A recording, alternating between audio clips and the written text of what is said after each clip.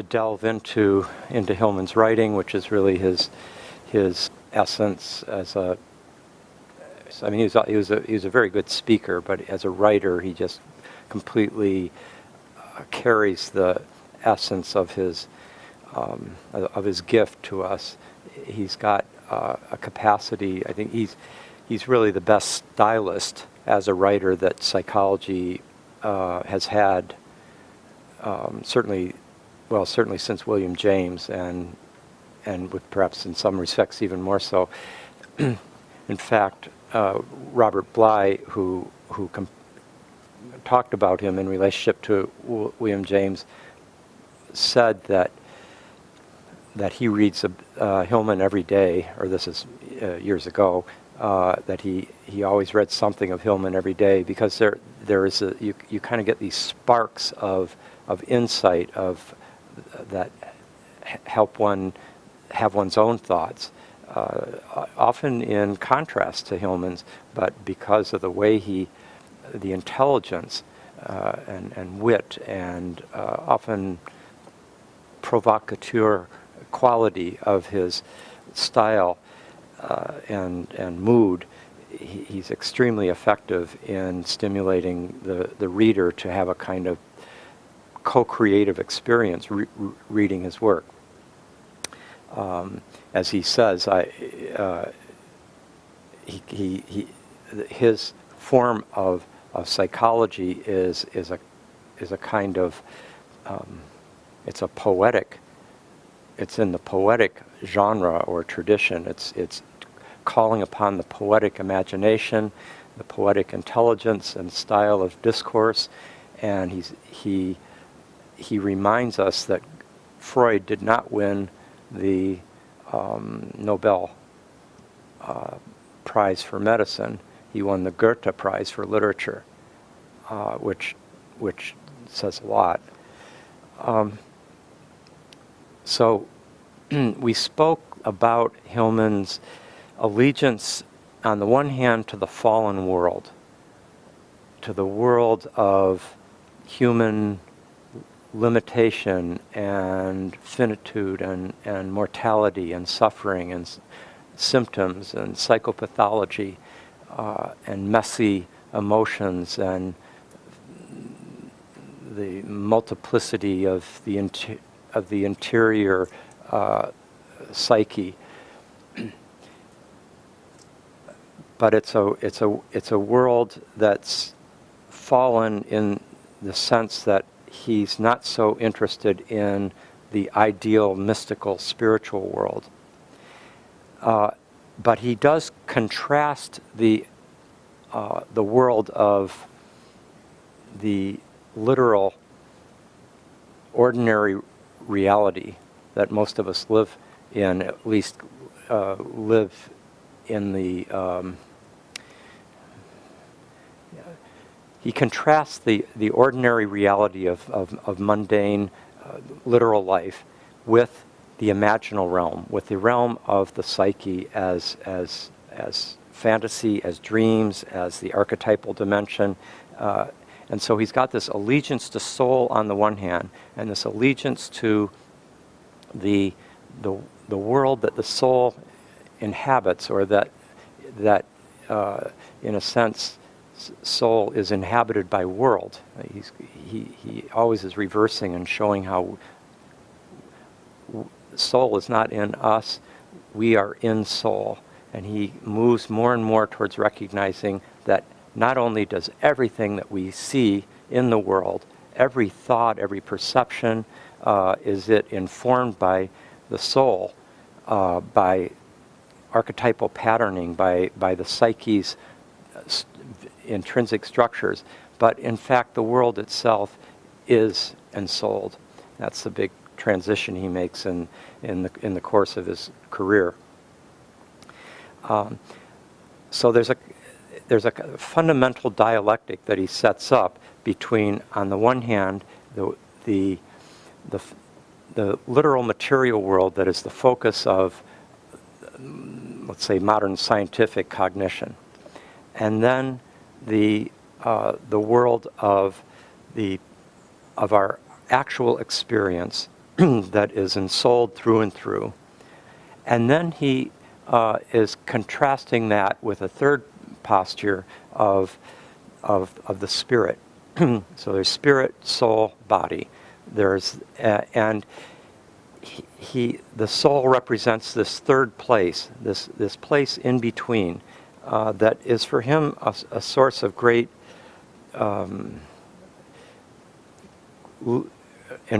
enrichment. That's where the action is, because for him there's something oppressive about the monotheistic spiritual impulse to move towards a transcendent one, one truth that transcends this world and that's in some sense objective. He sees this as being in some ways related to the modern scientist's urge to come up with a objective single truth, and he recognizes that kind of monotheistic spirit as informing both the mainstream religious tradition of the West from Israel and Christianity, but also the mainstream scientific and philosophical tradition of the West. So soul for him is, he's on a kind of crusade, if we can use that word. I mean, it's interesting, he always sets himself up against the heroic ego, but he is, and against the hero archetype even, which he kind of identifies with the heroic ego. We'll have more to say about the hero archetype, but more beyond even what Hillman has to say, because he does a little number with the hero archetype in order to serve his purposes. But what's ironic is that he is a kind of hero on behalf of a higher, what he views as a liberating, higher or deeper truth. In a sense, his highest God is psyche, and he's a kind of heroic warrior on behalf of psyche. So last week I was kind of sharing with you his overview of his own life and what shaped him and what figures and ideas played a really large role in the creation of archetypal psychology, insofar as it has kind of been mediated through him. And I ended last week's lecture with Hillman's, as he's looking backwards towards these figures that have shaped him. He points out how much he, by his very nature, looks back. That's his tendency, is to look back, also to go contra. He comes in an anti-way, as he put it. He's a contrarian. He even contraries his own position that he just stated a couple pages earlier, or a couple years earlier, and sometimes without admitting that he's done that. That's part of his dissident nature. And as you look back, he said one of the reasons he's looking back at these figures is he wants to see the ones he admires most. How did they do it? He says, I'm not futuristic. I want to look back. That's why he looks to the Platonists. He looks to Nietzsche. He looks to Plotinus and Vico and Ficino, and to Freud. And he says something that he sees that all these have in common is that they had a large vision. And then I mentioned how he used in a kind of apposition. He says a large fantasy and a large cosmology.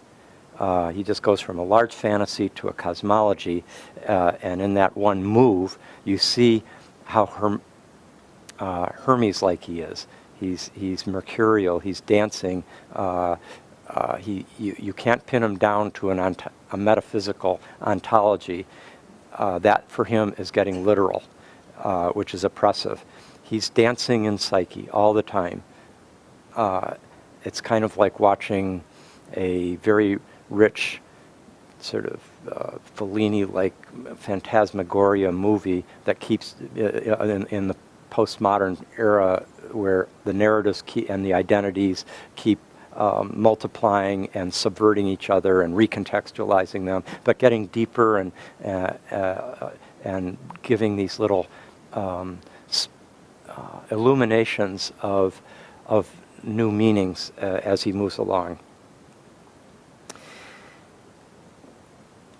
And so he says what he's looking for, what he admires in these people, he says he in many ways is admiring their idealism. The impulse in archetypal psychology is specifically, as he says, not cynical. It's not afraid of sincerity. And he does that at the same time as he's constantly seeing through things with that subversion of the consensus reality, or of the apparent reality, or of the mainstream view. He's always seeing. He's always being psychological. He's always seeing through what the person thinks is going on and saying, "Well, do you notice there's a certain common pattern here? There's an archetypal impulse at work that is connecting this with that, and makes us think, and he's urging us to see it from a new angle, as it were, from below, from the underworld, from Hades' point of view." He adds, it's idealistic, the archetypal psychology move, but it's not futuristic. That's for him very important. He also then went on to say, this is, again, how many of you were here how many of you who weren't here last week, just to get a sense? Okay. Come on up to me at the break, and I'll tell you what you should do.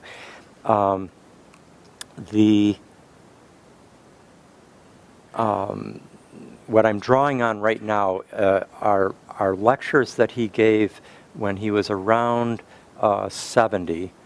A series of lectures that he gave mainly in California, mainly in Santa Barbara, where he was looking back on his life and in a very rich kind of flow of self-reflection, sharing a kind of autobiography of the mind, but not just of his own mind, but of the community that brought together archetypal psychology beginning in the late 60s and early 70s.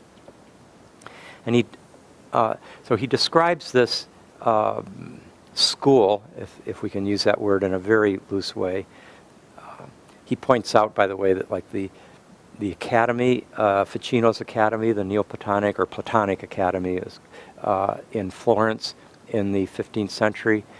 It's often called like a school or an academy. He says, really, it was a relatively small group of people who were excited about an idea, a perspective, a new horizon opening up, an interest in many new texts that were becoming available, and a new perspective that shifted the mainstream scholastic or Catholic university teachings, etc., and that was the crucial factor in mediating the Renaissance in Italy.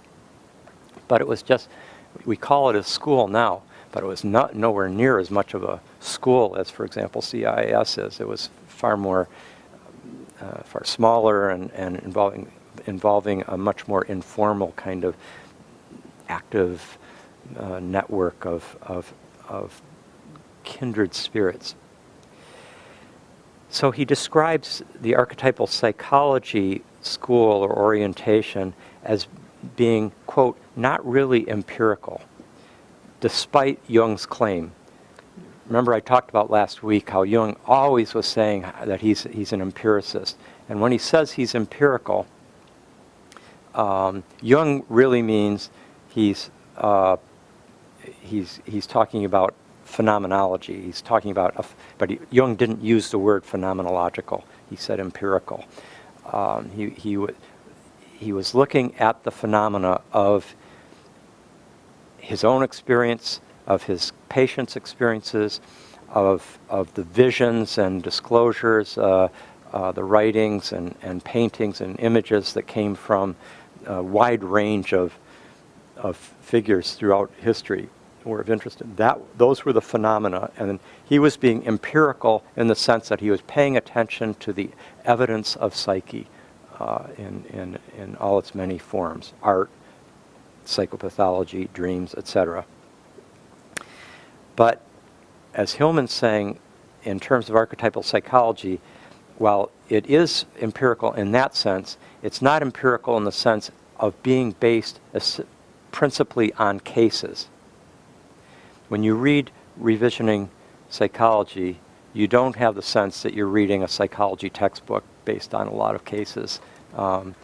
It's, in fact, what for him makes for a convincing psychological statement or perspective is the rhetorical style. What convinces us is the rhetorical style, not evidence, not logical method.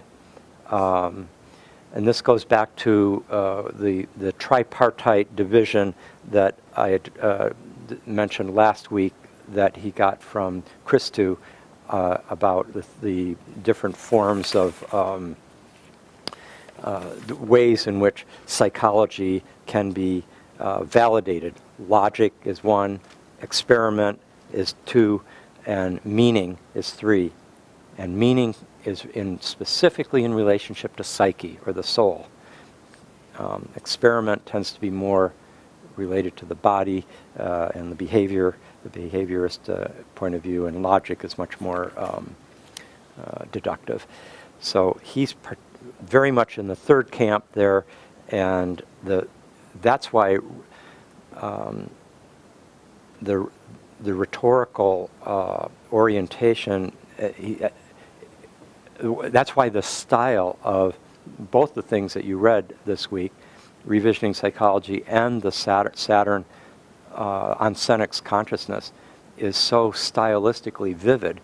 You can tell, while he clearly must have a creative capacity for spinning.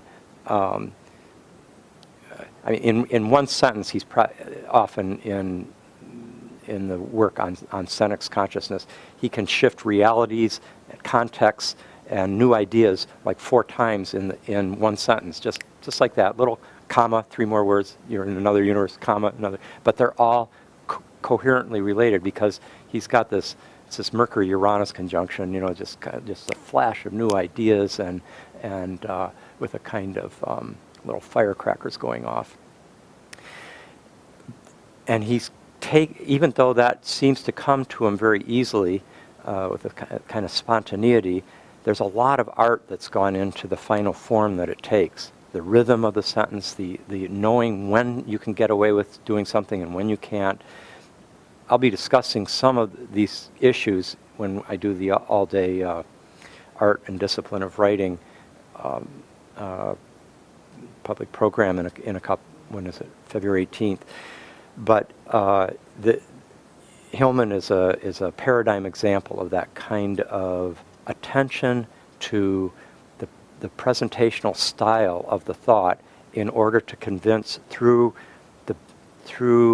in a sense rhetorical beauty. As he says, there's no beauty in psychology textbooks.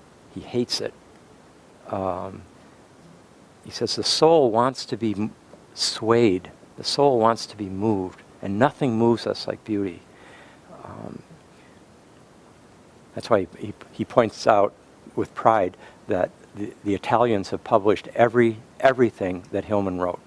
Every single thing the Italians have published. And I may have mentioned last week, they also gave him this is around 1981 or 82, there was a grand ceremony in Florence where in this big sort of hall of mirrors, the gold gilt-edged big mirrors, and the mayor gave him the keys to the city or some very high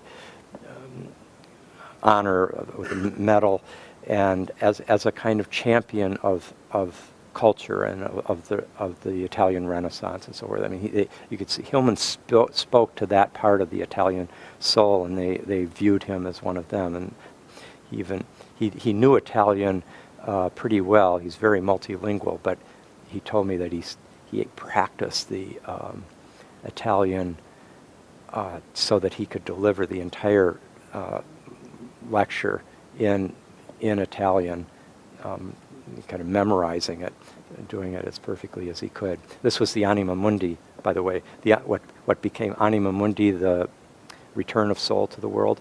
That's the one that he gave that in Florence that got that honor. He contrasts it from the Italians with the Germans. He says the Germans haven't published everything that he's written, nor France, but Brazil has and Japan has. And he says what they all have in common, Italy, Brazil, Japan, he said, they're all aesthetic cultures. Now, the French, I'm sure, would just be delighted by being told that they were not an aesthetic culture. But one could say France is aesthetic too, but it's more chauvinist in certain ways. I mean, that if you're high culture, highly educated French, what else is there that's really worth? We don't really have to go to other languages or cultures to take it in because it's just so superior. I think that's partly what resists the translations into France compared to most of the rest of Europe. But getting back to this primary importance of style of rhetoric in convincing soul of the value and validity of the perspective.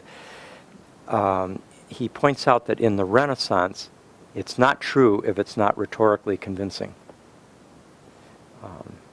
And he points out in America how we use the word rhetoric to mean empty rhetoric.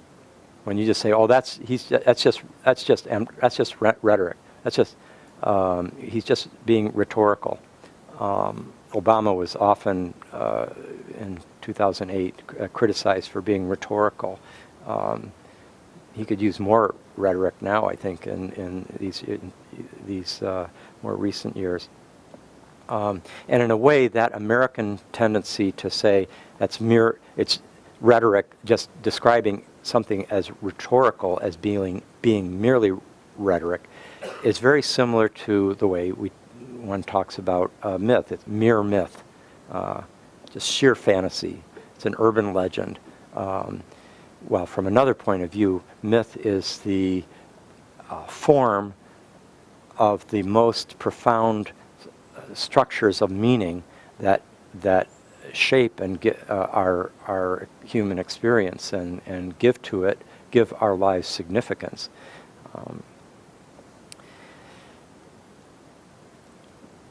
Hillman points out that empiricism,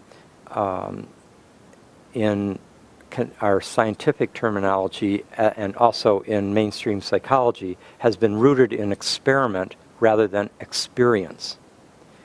And so he rightly points out that empiricism needs to, as a word, as a concept, needs to be reclaimed. So in that sense, empiricism is a good. And of course, in that sense, William James is the great avatar of that position with his work in radical empiricism. If we're going to be empirical, we need to bring in the whole, everything, inner and outer worlds, all the subtleties of interior experience, varieties of religious experience. For example, that great William Jamesian contribution to our last century's intellectual life is in some ways one of the great testaments of of a radically expanded empiricism. All of transpersonal psychology, in some sense, could be said to have come out of that book. He's the godfather. Then Hillman talked about about good writing, how he said good writing depends on a certain constriction on your own vanity, not being so like attached to one's darlings, as the phrase is in your writing. And he says, in this, economy is a great helper. He said, always try to keep it concise, keep it hard. And he's very devoted to the craft of writing. Getting it right is important, and that involves a practice. Going back to his biography, remember we talked about how Dublin, Ireland was really his major first European, well, Paris. He was also at the Sorbonne, and got that kind of that existentialist download while he was in Paris in the late 40s, but also in Dublin, where he got his first degree, his undergraduate degree. It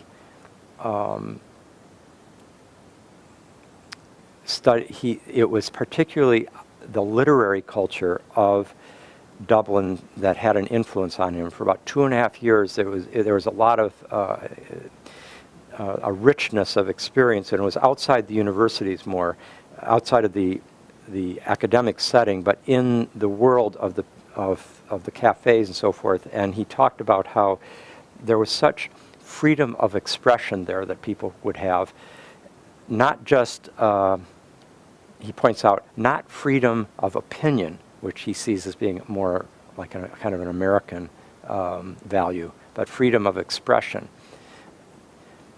Notice how he constantly goes to America as the fall guy, the thing to kind of contrast the more the older culture, the one that has more depth, that has a greater eye for shadow, that's more comfortable with melancholy, with depression, it has suffered the world wars. It no longer it suffered the wars right on its own continent. It doesn't have that naivete and puer mania that the U.S. does, the American psyche. That's particularly, I think, in the earlier years. As he in the 80s and 90s, I think he became more and more. He started to take in more and more what the American experiment was all about, and we'll get to it later when, like, for example, the Civil War became almost a kind of sacred focus of his for a while there. While he was talking about rhetoric, I was in the room, and again, it was probably similar number of people in a room about this size there in Pacifica at Santa Barbara, and I said to him something about the rhetorical power in revisioning psychology, and why I thought that it continues to have that kind of special place in the literature. And he said, most of my writings began as talks, as this one did, those first, the 4 lectures that he gave at Yale. Most of his writings begin as talks, and they were meant to be spoken. The rhythms are there. You really see that, you really hear that, really. The rhythms are there. I always urge people, when they're writing, before they finish with a sentence, read it aloud so that you can hear it. The music of it's really crucial. That if you get the pacing right, the right kind of sequence of words, long words, short words, long sentences, short sentences, that then the meaning often is enhanced. The meaning wants, I think, somehow to come through with the most in the most beautiful form. It will somehow shine more vividly that way. So between 1959 and 69, when he was the director of studies there at the Jung Institute in Zurich, and then even before that, from 1953 to 59, when he was a student there and in analysis, starting with Jung but going on to others, he said basically he had 16 years of exposure to many people with largeness. Now, what's he mean by largeness? He's talking about people like Paul Tillich and Eliade and Vanderpost.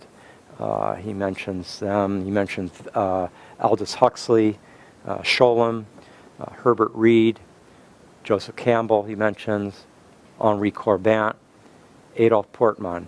Those are the ones he keeps coming. He comes back to them over and over again.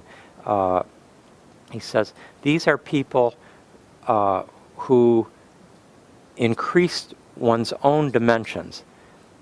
He said, I felt tongue-tied, embarrassed to ask them to talk. See, that was his job, a job that he actually created, which was to be the director of studies at the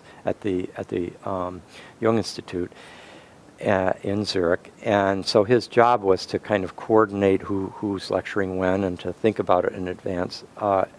And he would approach these different people, and he said, to asking them to talk, I couldn't help to feel my own inferiority in the face of their largeness, but it gave images of what is possible. He said, you're cheated if you're taught only by graduate students. He said, these people, they're like major people in the realm of intellect, they're adventurers, and he comes back over and over again to how critical it is to expose yourself to people whose erudition, whose range of culture, literature, their lifetime of devotion to culture enlarges one just by listening to them or by being in their in interaction with them in one way or another, reading them, etc. But particularly, there's something about the physical presence.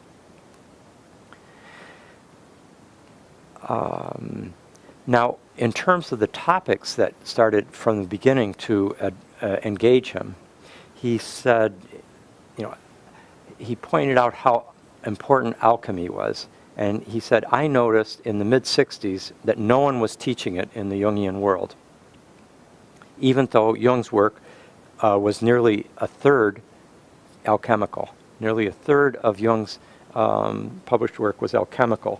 By the way, that's almost the exact same percentage as Newton. When Newton's manuscripts became available in the 20th century, I think it was Geoffrey Keynes who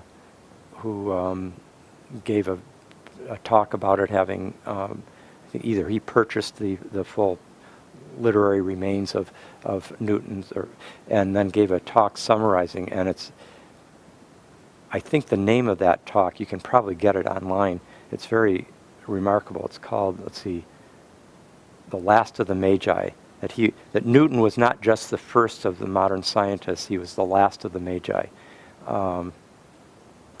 And he was just obsessed with alchemy, and it occupied at least a third of his writings, as did biblical prophecies and so on. But anyway, even though Jung was so focused on alchemy, people were not doing it. And in fact, Hillman also said that about astrology. He said, I'd invited him to come to Esalen, not to give a workshop, but just to, enjoy it and get acquainted with what we were doing there and take in its beauty. And we were walking through the garden, and he said, in the 1950s in Zurich, I had to study astrology in the closet. people were not doing it, even though Jung's still alive in the 50s and was writing about astrology left and right. But Jung somehow could afford to be way more out there than this next generation.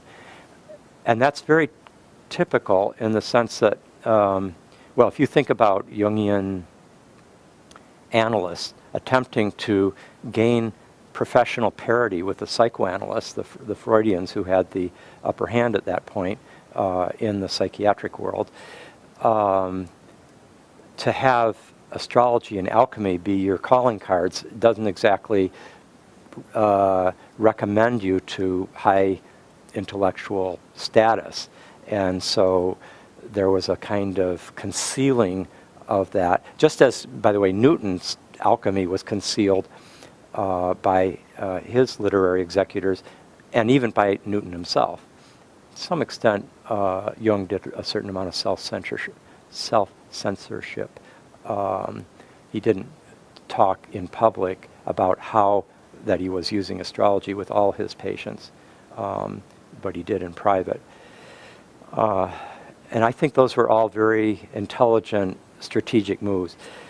But Hillman's oppositional streak, as he put it, made him seek out these esoteric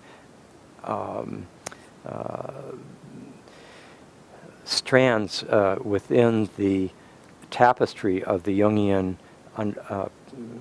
corpus, and a lot of it, but what's important is that he was always, Hillman could see so symbolically. He was always seeing archetypally and not literally. So when you read on Senec's consciousness, you're reading probably as splendid a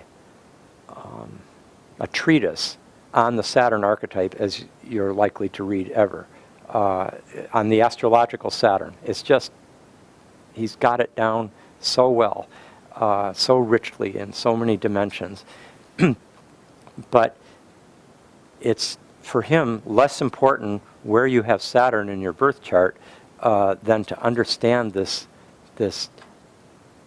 God, this pervading symbolic power that numinously shapes our entire civilization. And he's not a literalist, and he always shies back from following the metaphysical or cosmological implications of his astrological or alchemical insights. Particularly, this gets dicey with astrology, where he's following his transits carefully and birth charts, etc. But is more wanting to use them as a stimulus to the deepening of his soul experience, rather than to find out anything about the nature of the literal cosmos. Okay, now I want to say a few words about Jung in relationship to Hillman, from Hillman's perspective.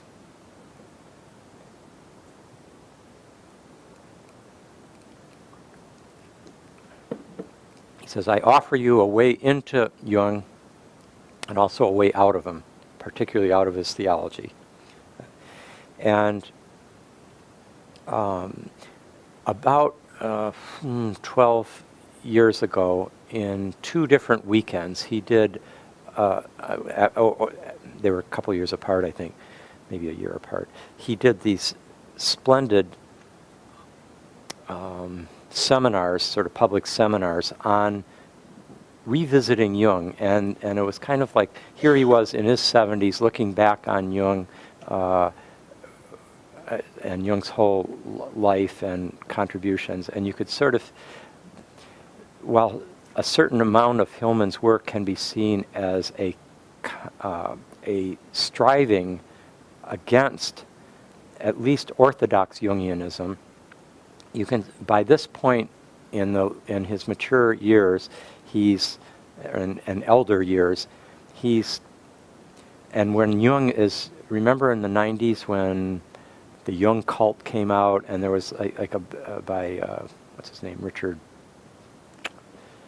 Sorry, I'm blocking his name. Someone, the only person I refused to shake hands with. He was so unethical in his work. But anyway, he came out with a couple of books on the Jung cult and another one that were essentially distorting Jung into this, kind of basically sort of proto-Nazi cultist, and who was inflated with delusions of divine self-deification and so forth. I mean, just all sorts of misreading of things, and etc.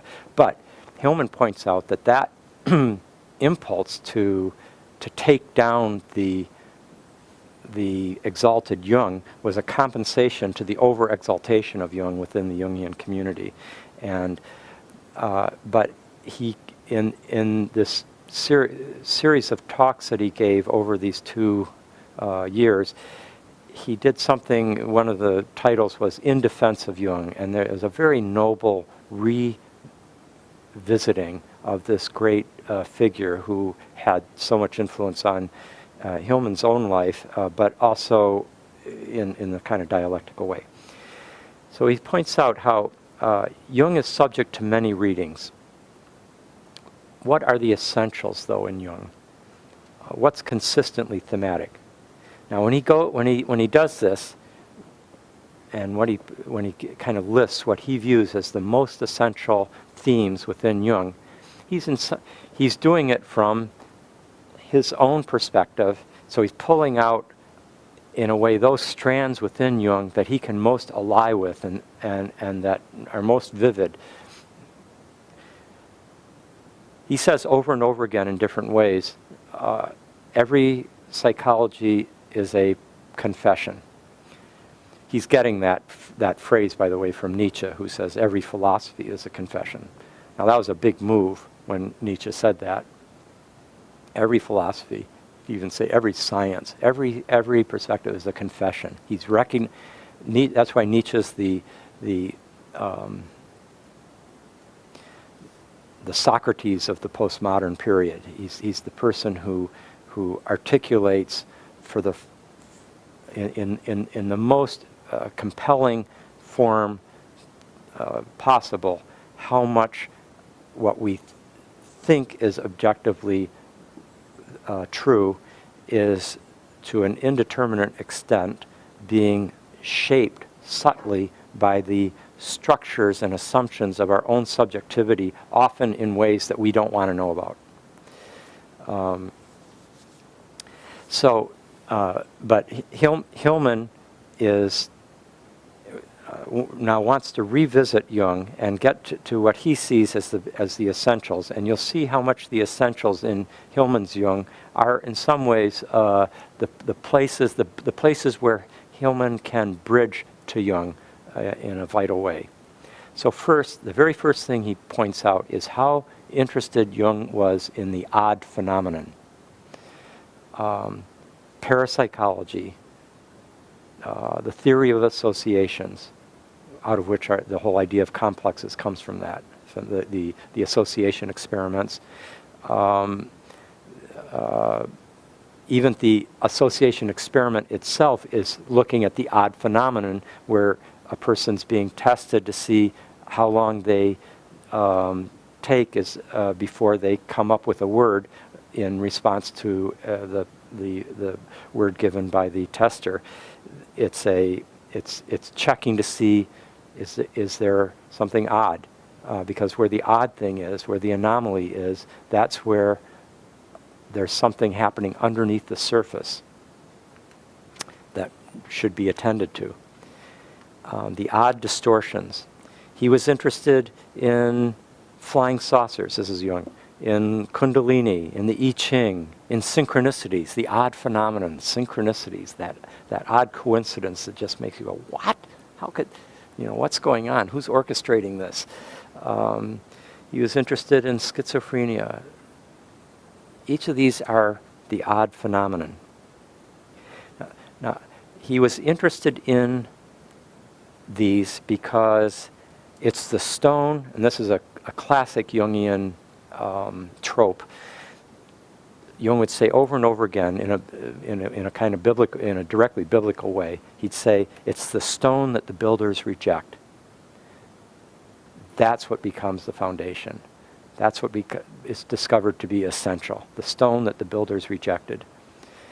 If you go to, if you ever have the fortune someday to visit Jung's tower at Bollingen, which he built, he sculpted, he designed. I mean, he did. There's no electricity there. He'd spend months at a time there, and there are carvings and carvings in the stonework, and everything is like this. It took years and years of patient activity and sort of soul work and artistry on his part to create this tower. And right along the lake there in Lake Zurich, there's actually a large stone there that the builders rejected. You can see across the lake where they were getting the stones from. There's a mining site over there on the other side of Lake Zurich, and they were taking those stones from there and bringing it over to the builders that he would hire to help do the heavy work, and he did a lot of the heavy work himself. He did he'd do his own sawing of wood. 80 years old, he'd cooking with food, etc. He'd sail go out into the lake on his sailboat and go to a nearby village and pick up some wine for the evening and then come back. And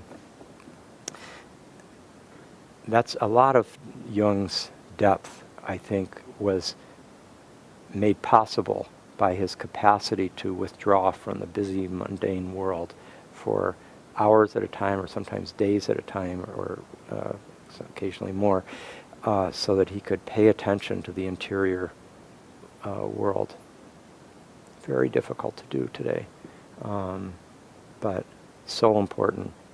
Take that email holiday. It's a holy day, in a sense, as holy as the internet is, in a certain way.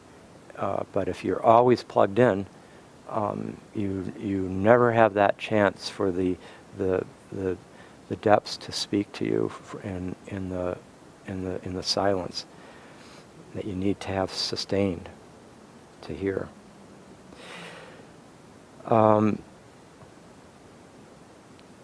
It's the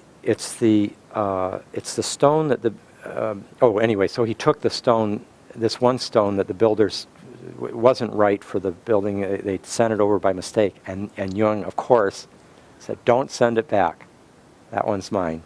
And then he creates a very powerful. He sculpts carefully, in the stone, these writings and these symbols. It's the child born in the manger, at the far edge of the empire, from the center of power. It's the stone that the builders rejected. It's the odd phenomenon. That's the holy thing. And that's true for Jung. It's true for Hillman.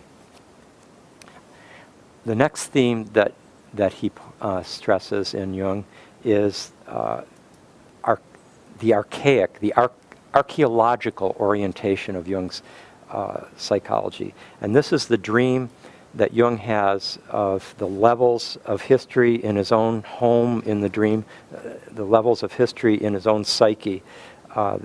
And he extrapolates from that the archaic levels of culture that inform the collective psyche, so that you can get down to the daimons, to the instincts, to the animals, to the ancients, to the million-year-old man or woman inside us.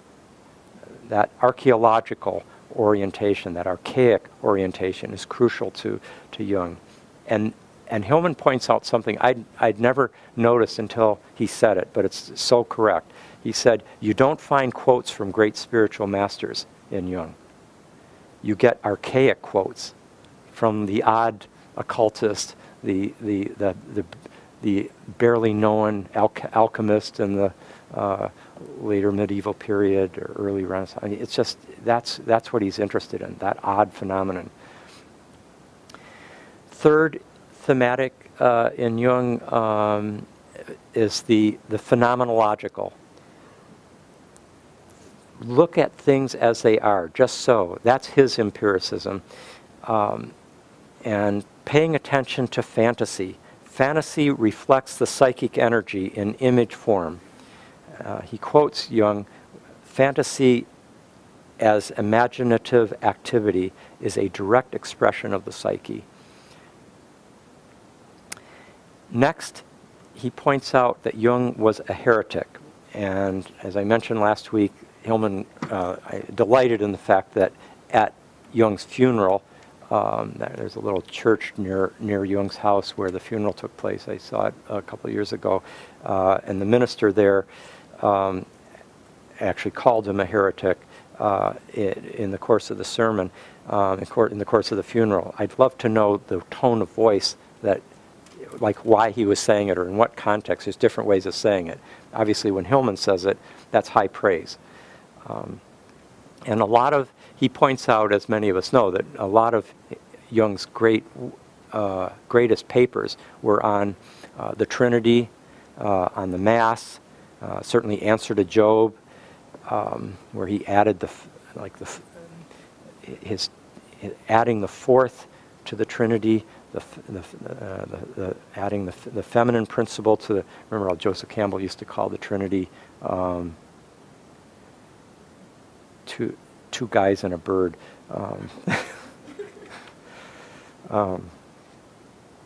He was, and so Jung was always struggling with Christianity and struggling within Christianity.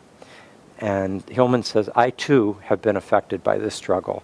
And you can see his own chapters, he points out, on Christianity in Interviews in particular, his book called Interviews. And one of the reasons for doing so is he says, our unconscious, we have a kind of unconsciousness of Christianity in our culture, and I try to help us see through it. And you see that over and over again in revisioning psychology. He's trying to get us to see through the unconscious Christianity, even in post-Christian intellectual culture. This is a big part of Hillman's motivation.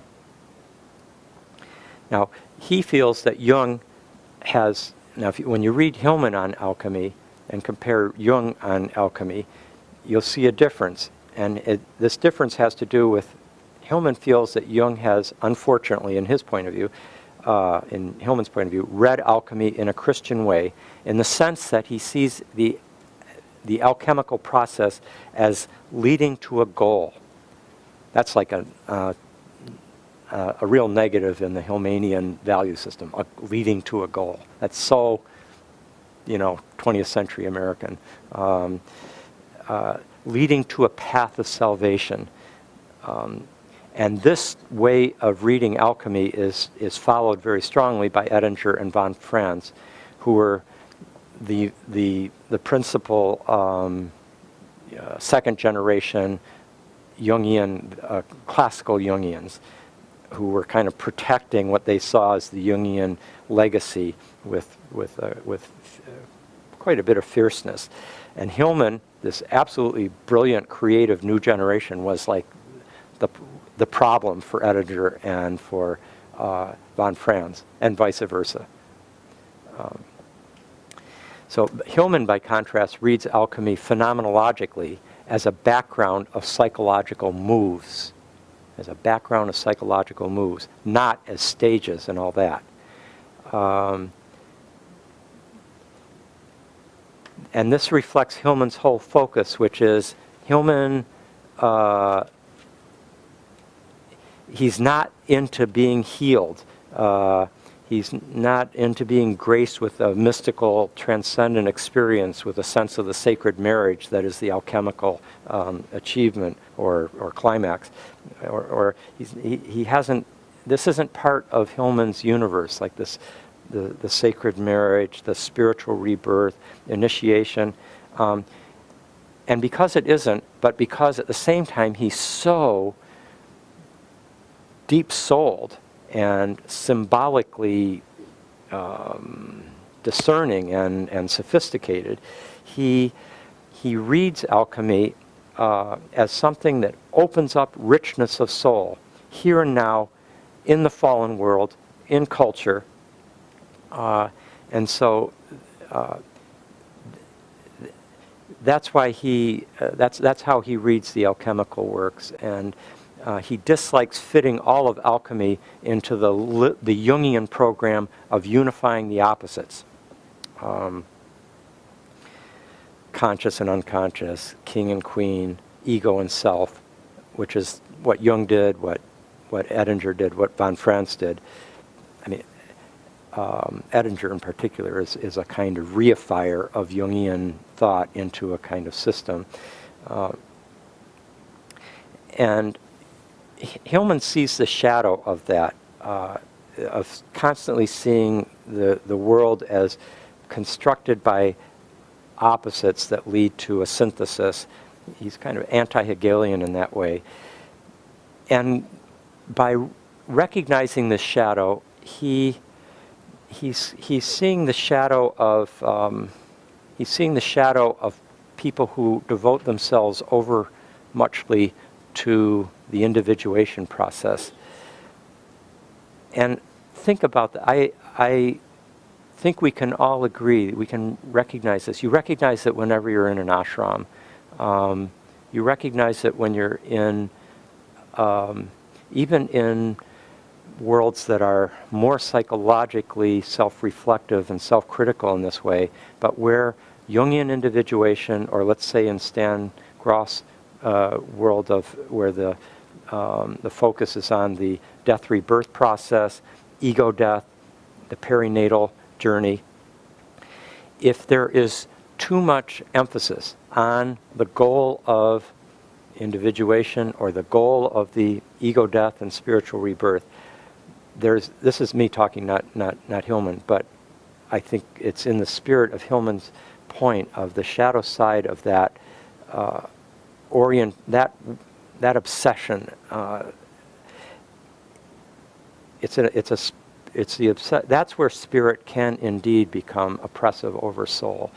And when we think about all the people who keep trying to reach a goal, to move from this place where they are to get to that ideal resolution of the opposites, of the perinatal process, there's an avoidance of the present.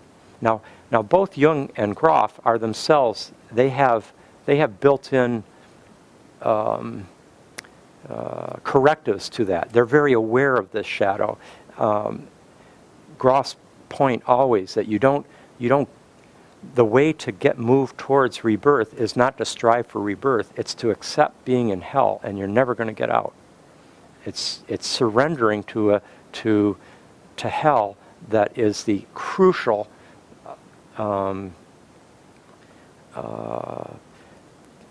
prerequisite for moving out of hell. And as long as one's resisting it and saying, well, it's just a matter of time before the acid wears off or whatever, it's not going to do its work.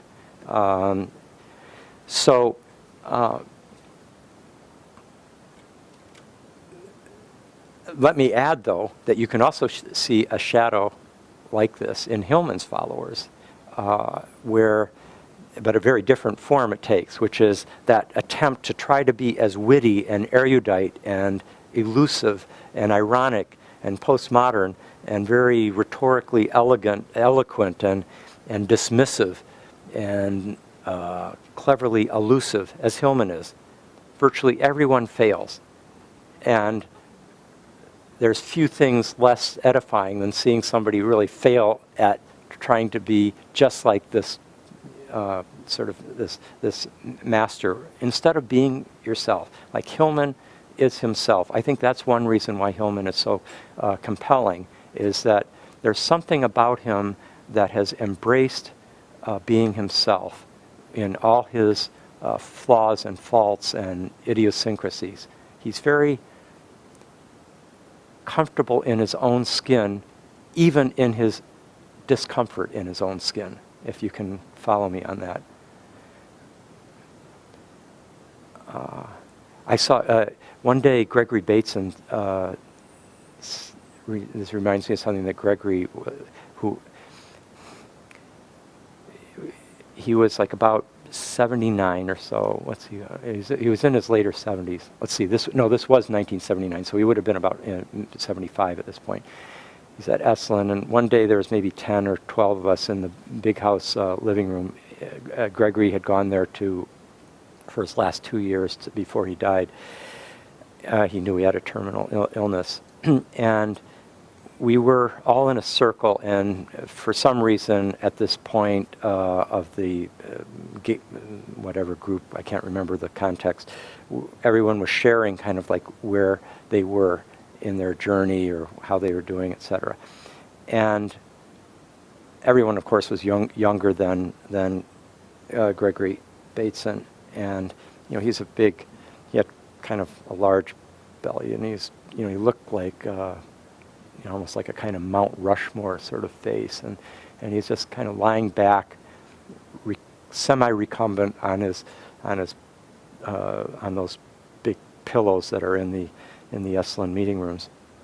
And when it got around to him, he said, with a little twinkle in his eye and irony, he said, "Well, unlike the rest of you, I'm not trying to get any better.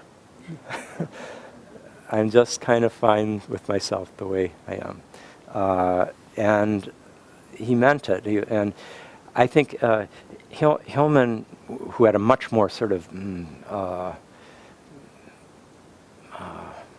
almost like there was a kind of nervous quality compared to Bateson's more laid-back quality, but still there was an acceptance of who he was, and he wasn't apologizing for how he was.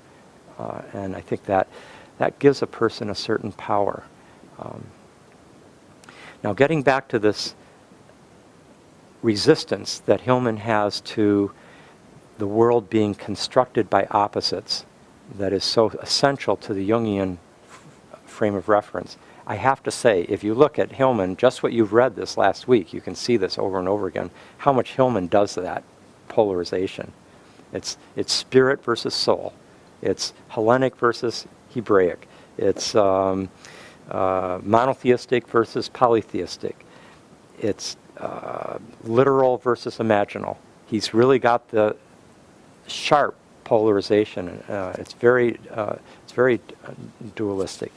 And in some sense, Jung has a solution for that in a more Hegelian way, which is if you hold those opposites together long enough, then there's, faithfully enough, there is the possibility that the divine polarities will come together and give birth to some unexpected third, that's the transcendent function that you can't see coming until it is born, and that's the living moment. The creative act of the synthesis that you can't control. It's something that comes of its own accord. That's Jung's perspective. I think Hillman has a different mission. He's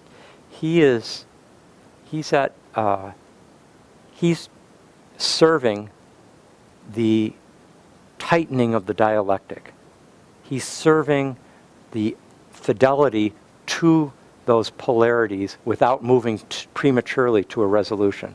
If you go too fast to the resolution of the opposite, it's not earned, and it's not deep, and it's going to suppress something, and there's going to be a shadow.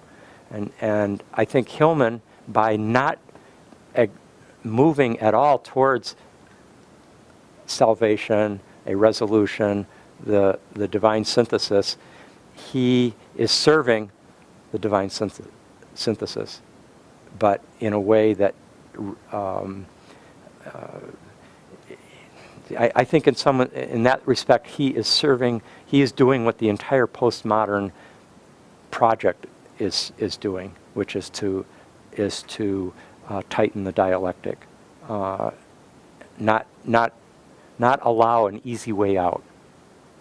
And then it's going to be, then if a resolution is to come, it will be much more authentic, it'll be much deeper, it will have acknowledged the complexity and the ambiguity. Now for Hillman, the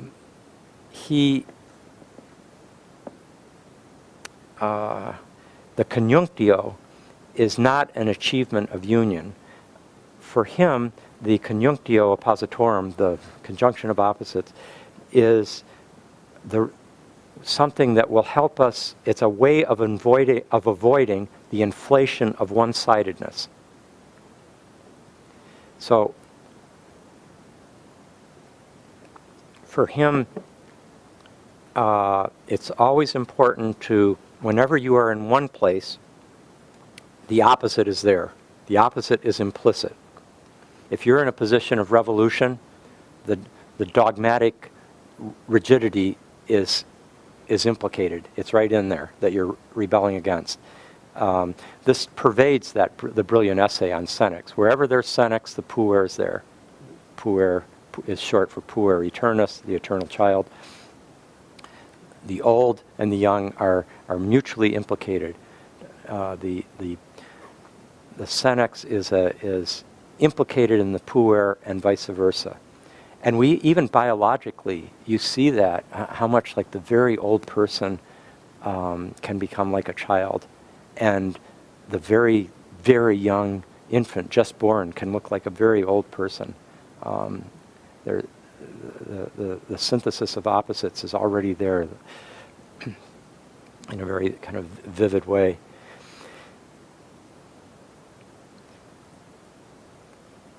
He wants, one of the things in general that he talks about with the archetypal perspective is that when you bring in archetypes, you're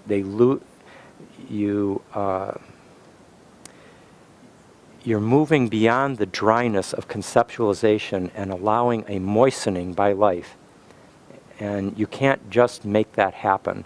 It's something that happens in the life of soul. And keeping with the alchemical orientation, he looks at the New Age as a whole as being trapped in the white. The New Age is trapped in the white, and psychiatry is trapped in the dark of clinical practice, in the negredo, treating illness. You see how he can just with one sentence, he just say, the New Age is trapped in the white, and you go, yeah, I see what he means. Or psychiatry is trapped in the dark, in the negredo. Oh yeah, I get it. See, he's just able to just give that kind of sudden glimpse of an insight. Hillman points out that the origins of psychoanalysis and of Jungian psychology were communal.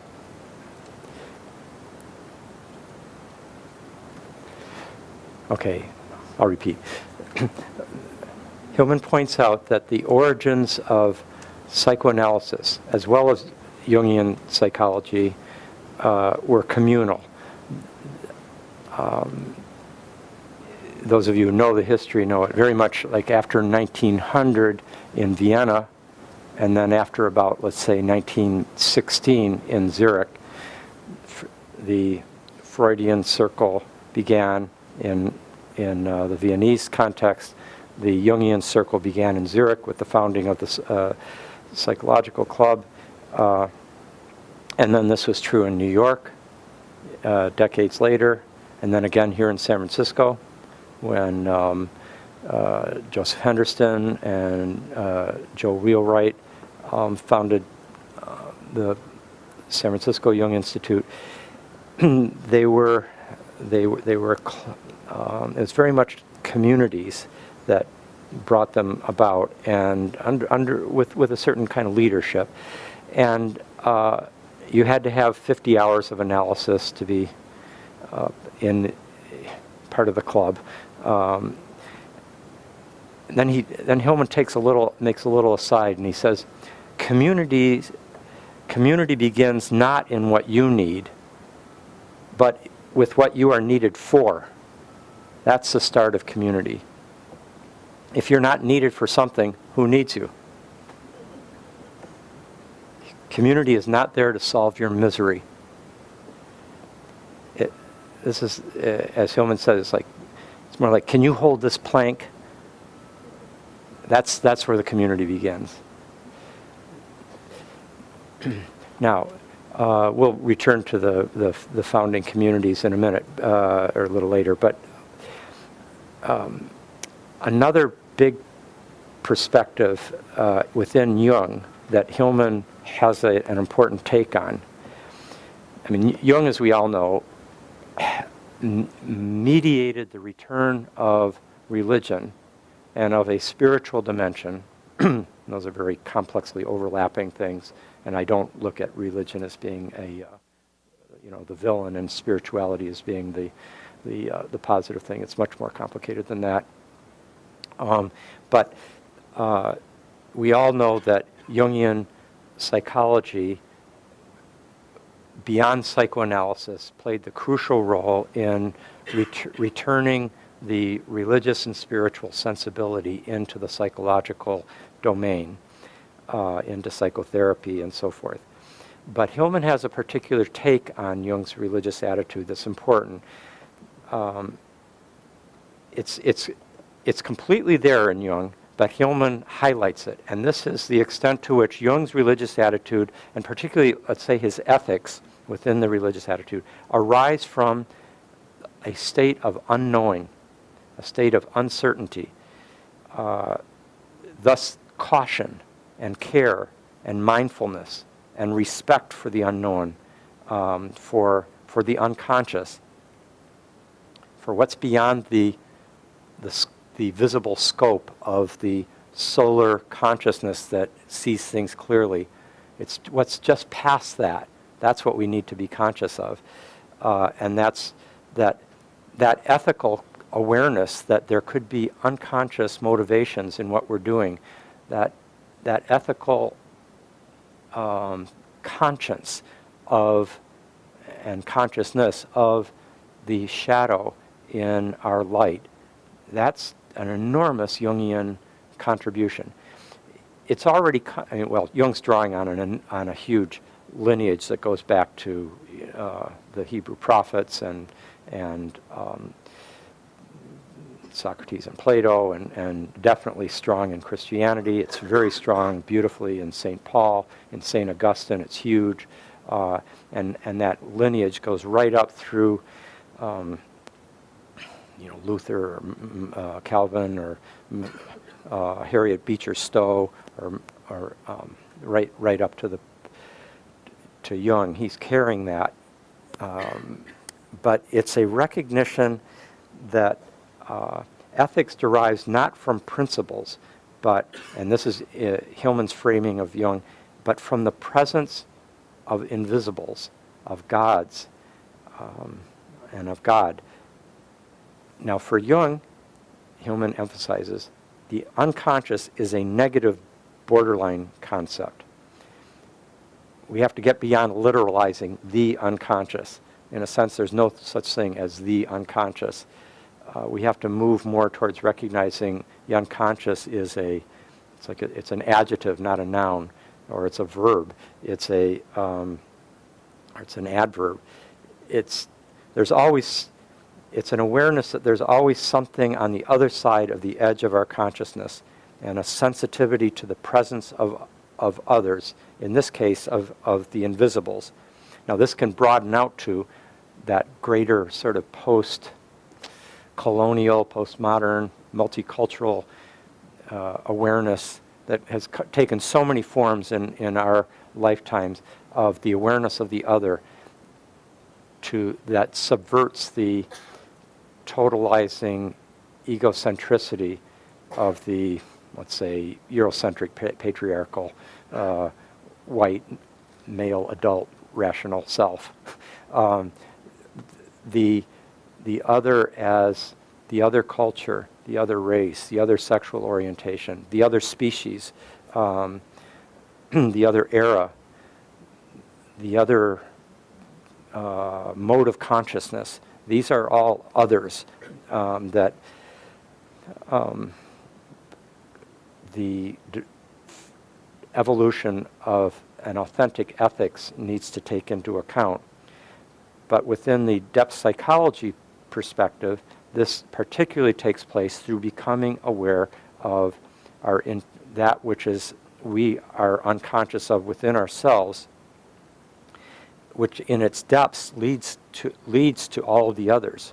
It leads, for example, in a male to a recognition of the feminine dimension of being within oneself, or say Freud would help us become aware of the animal within us, and then eco-psychology, becoming aware of the earth, that is the earth community that is in some sense in our own depths, becoming aware of our bodies, which Freud and say Wilhelm Reich played such a role in, or becoming aware of our souls, which Jung and then Hillman and then all of Jungian and archetypal psychology have mediated. Each of these is it's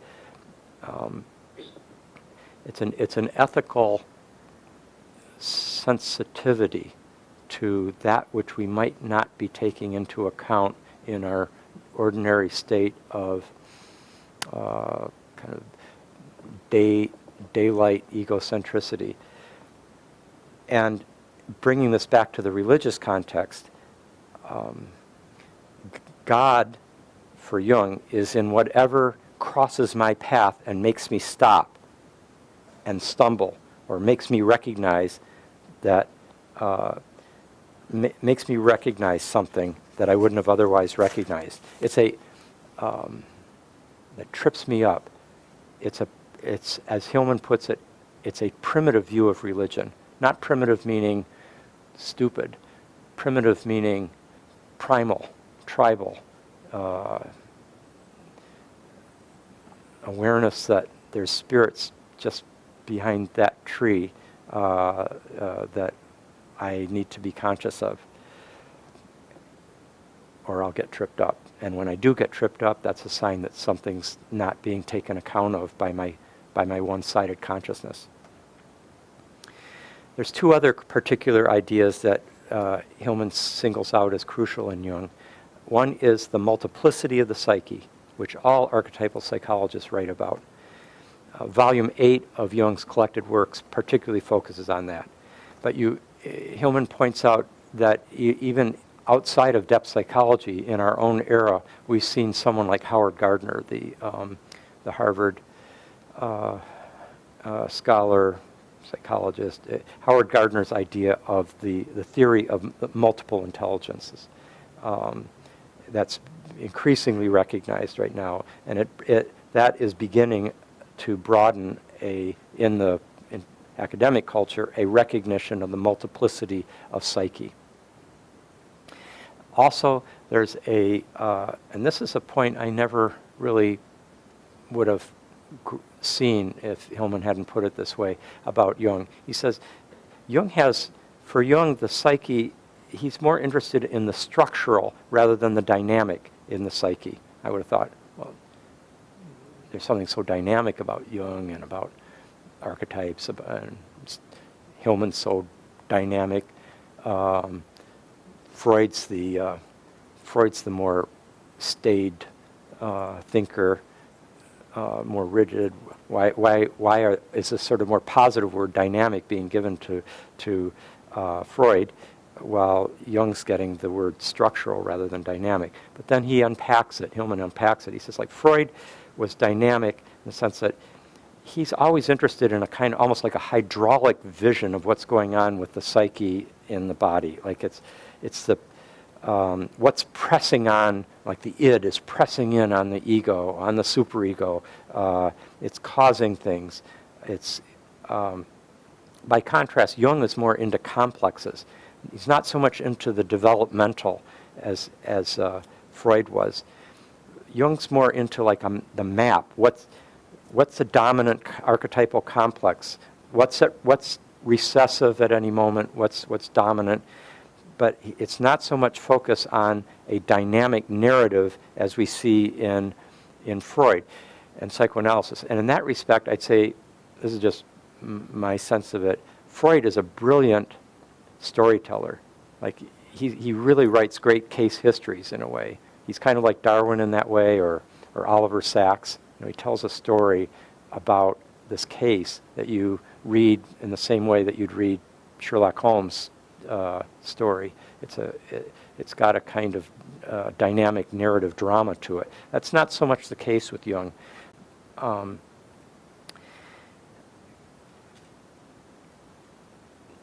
By the way, it's Groff that puts these two together, particularly in the notion of his developed notion of the coex system, which simultaneously has an archetypal core at the center. There's an archetypal complex at the center of the coex system, but the coex system is built up developmentally from birth, the perinatal trauma, the early infancy, the different experiences that all feed a particular complex, whether it's abandonment or maternal nourishment, or it could be even coming from karmic sources. But there's a developmental, evolutionary building up of like a snowball of a whole vision of reality and character predispositions and so forth that ultimately have an archetype at their core.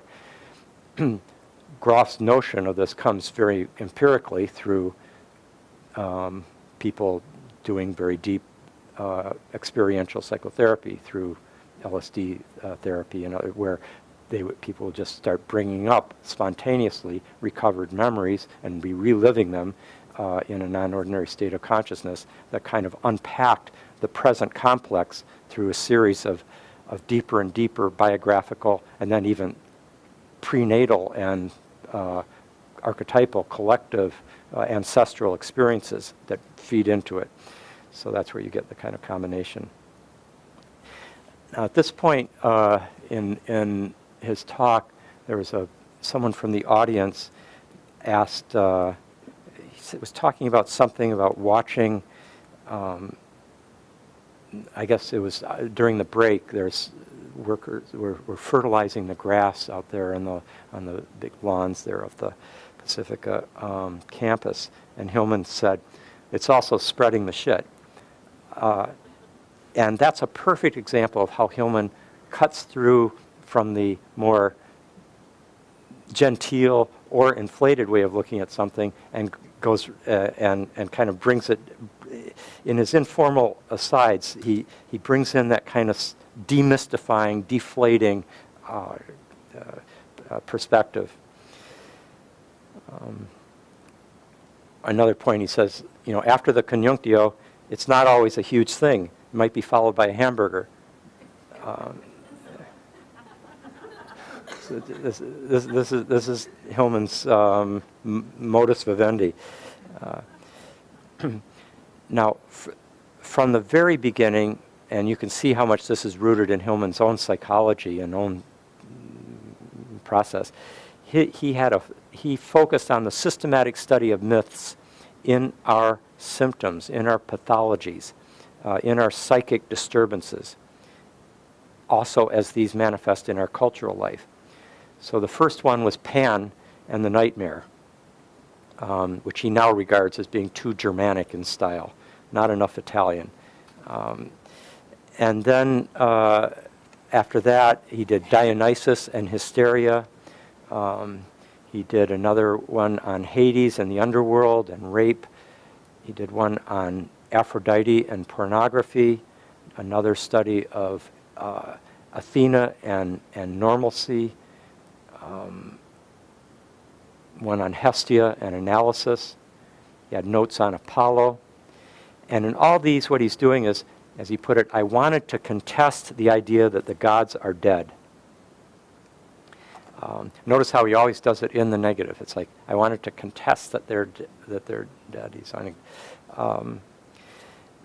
but he, at the same time, recognizes and wants people to guard against the inflating potential of seeing gods in any disease in a kind of literal way. He says, I don't get along with people. He gives as an example something that really bugs him is the person who says, I don't get along with people because I'm special, or I don't get along with people and so I must be special, or my headaches are because I'm a shaman. That drives him crazy. It's just for him, that's similar to the literalization of the unconscious. Like, the unconscious told me I should do this, or I threw the I Ching and the unconscious told me that he hates that kind of literalizing, simplistic approach to the psyche. Just a little bit more on the community that gathered around him. I don't even want to say gathered around James, because in some ways he was in it. They were there together, but he certainly became, I think, a kind of first amongst equals. This is in the late 60s, early 70s in Zurich. And it was, as he put it, what inspired and nurtured archetypal psychology is a community of ideas, a community of people who are not together because they need each other, but out of the excitement of shared ideas. It was a fire that was alive in us in the late 60s, the archetypal psychology fantasy, as he put it, bringing us together in a community that was defined by our excitement. You see this a bit, like in the PCC community, for example. There is that. Yes, people they're very much nurtured by each other, but there's also an excitement about belonging to. There's an excitement about the ideas themselves that is bringing a certain fire to the community that one gathers around, like a fire, a bonfire on the beach.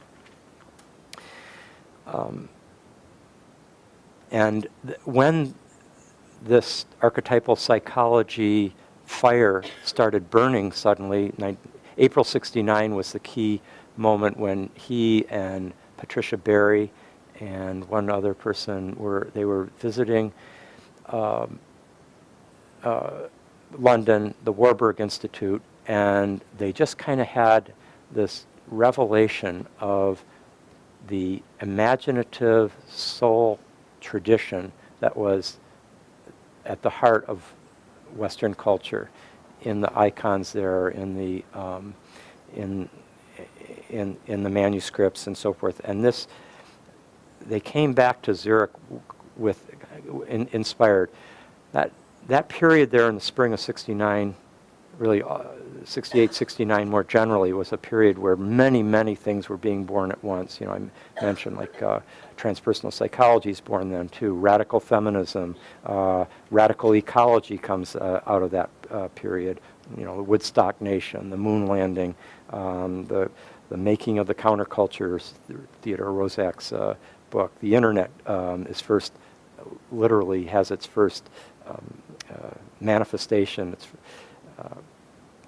It was that, as well as all the university campuses in the world going into protests and strikes and so forth.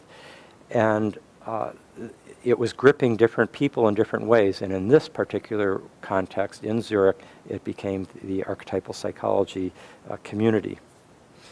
But it was a community that very much was aware of predecessors, as runs through revisioning psychology, and how he keeps giving these kind of litanies of people who have, going back to Heraclitus, back to Plato, to Plotinus, to Ficino, to Vico, to Freud, to Jung, to the Romantics, Coleridge, etc. He's drawing a lineage that were very important to them. And he, in a concrete way, he says, this is the importance of having busts in one's room. Like the bust, there's a Rembrandt painting of Aristotle contemplating the bust of Homer. It's a beautiful painting. Or if you go, there, in certain scholars' studies, you'll see the bust of a revered ancestor. Or visiting the graves of, there's another Hillman, idea of like the importance of visiting the graves of the poets we translated.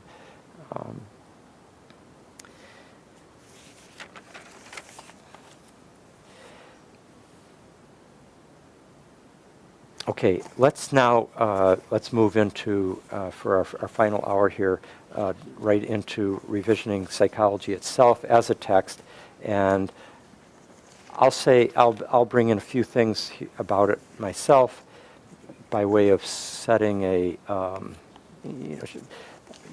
showing the kind of sharing that I think that I'd like to invite you to make as well. Just taking a particular passage and gesturing towards what you see as valuable in it, or what provoked you, or what gave you an insight, an illumination that you could share with us, so that we see it anew. That second, when something is quoted by somebody else, suddenly you see it again, you see it in a new light, a new significance comes to it.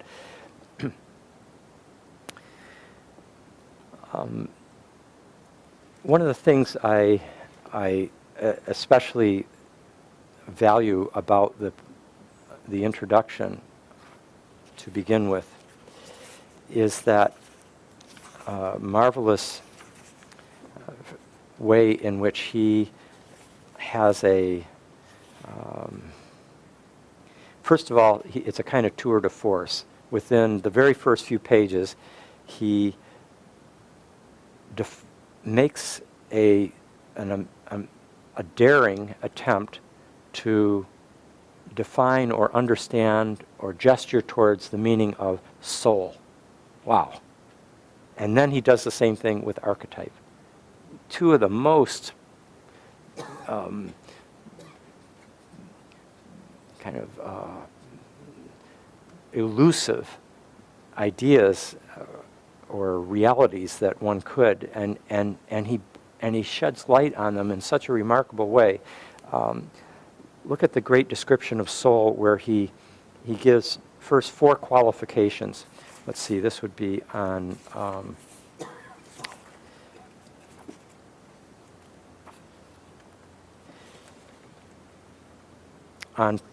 16, the Roman numeral 16, if you're working with the new, which I think probably many of you will be working with the new edition, and this would be, I think, 10 in the original Roman numeral 10. So, first of all, he engages it by talking about it's a perspective rather than a substance. It's a viewpoint toward things rather than the thing itself. Already we're in very elusive ground.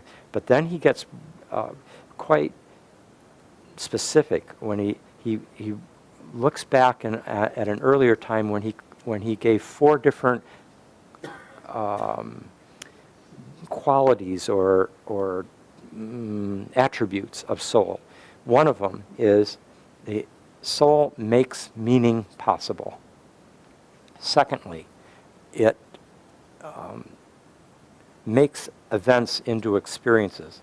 Later, he brings a new quality to it when he says they not only make events, soul not only makes events into experiences, it deepens events into experience. So depth becomes a crucial vector in depth psychology. Third, soul is communicated in love, and soul has a religious concern,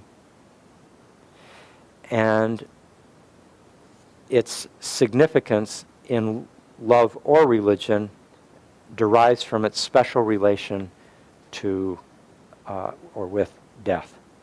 These are extraordinary insights into the nature of soul. And then in general, he says it's the imaginative possibility in our nature that's capable of symbolic, metaphorical, reflective, speculative experience that we find that manifested in the image and the dream and the fantasy.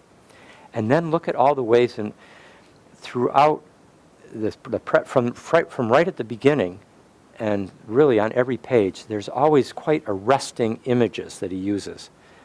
Think about that image that he gives right at the beginning about, he quotes from the Spanish philosopher and essayist Ortega y Gasset. Why write if this too easy activity of pushing a pen across paper is not given a certain bullfighting risk, and we do not approach dangerous, agile, and two-horned topics?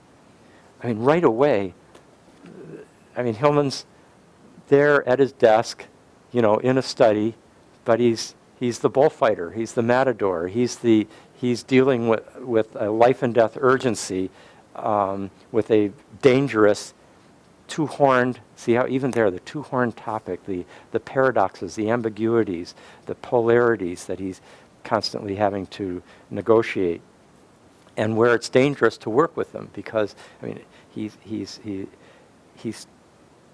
provoking, he's the heretic, he's saying things that are not being said, even specifically not in the psychology profession. Even in his own particular school of psychology, he was the heretic. And that school of psychology, Jungian psychology, was itself heretical in the psychological profession.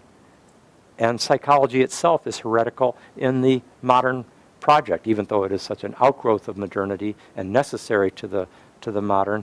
It's in some respect that which is undercutting the modern ego's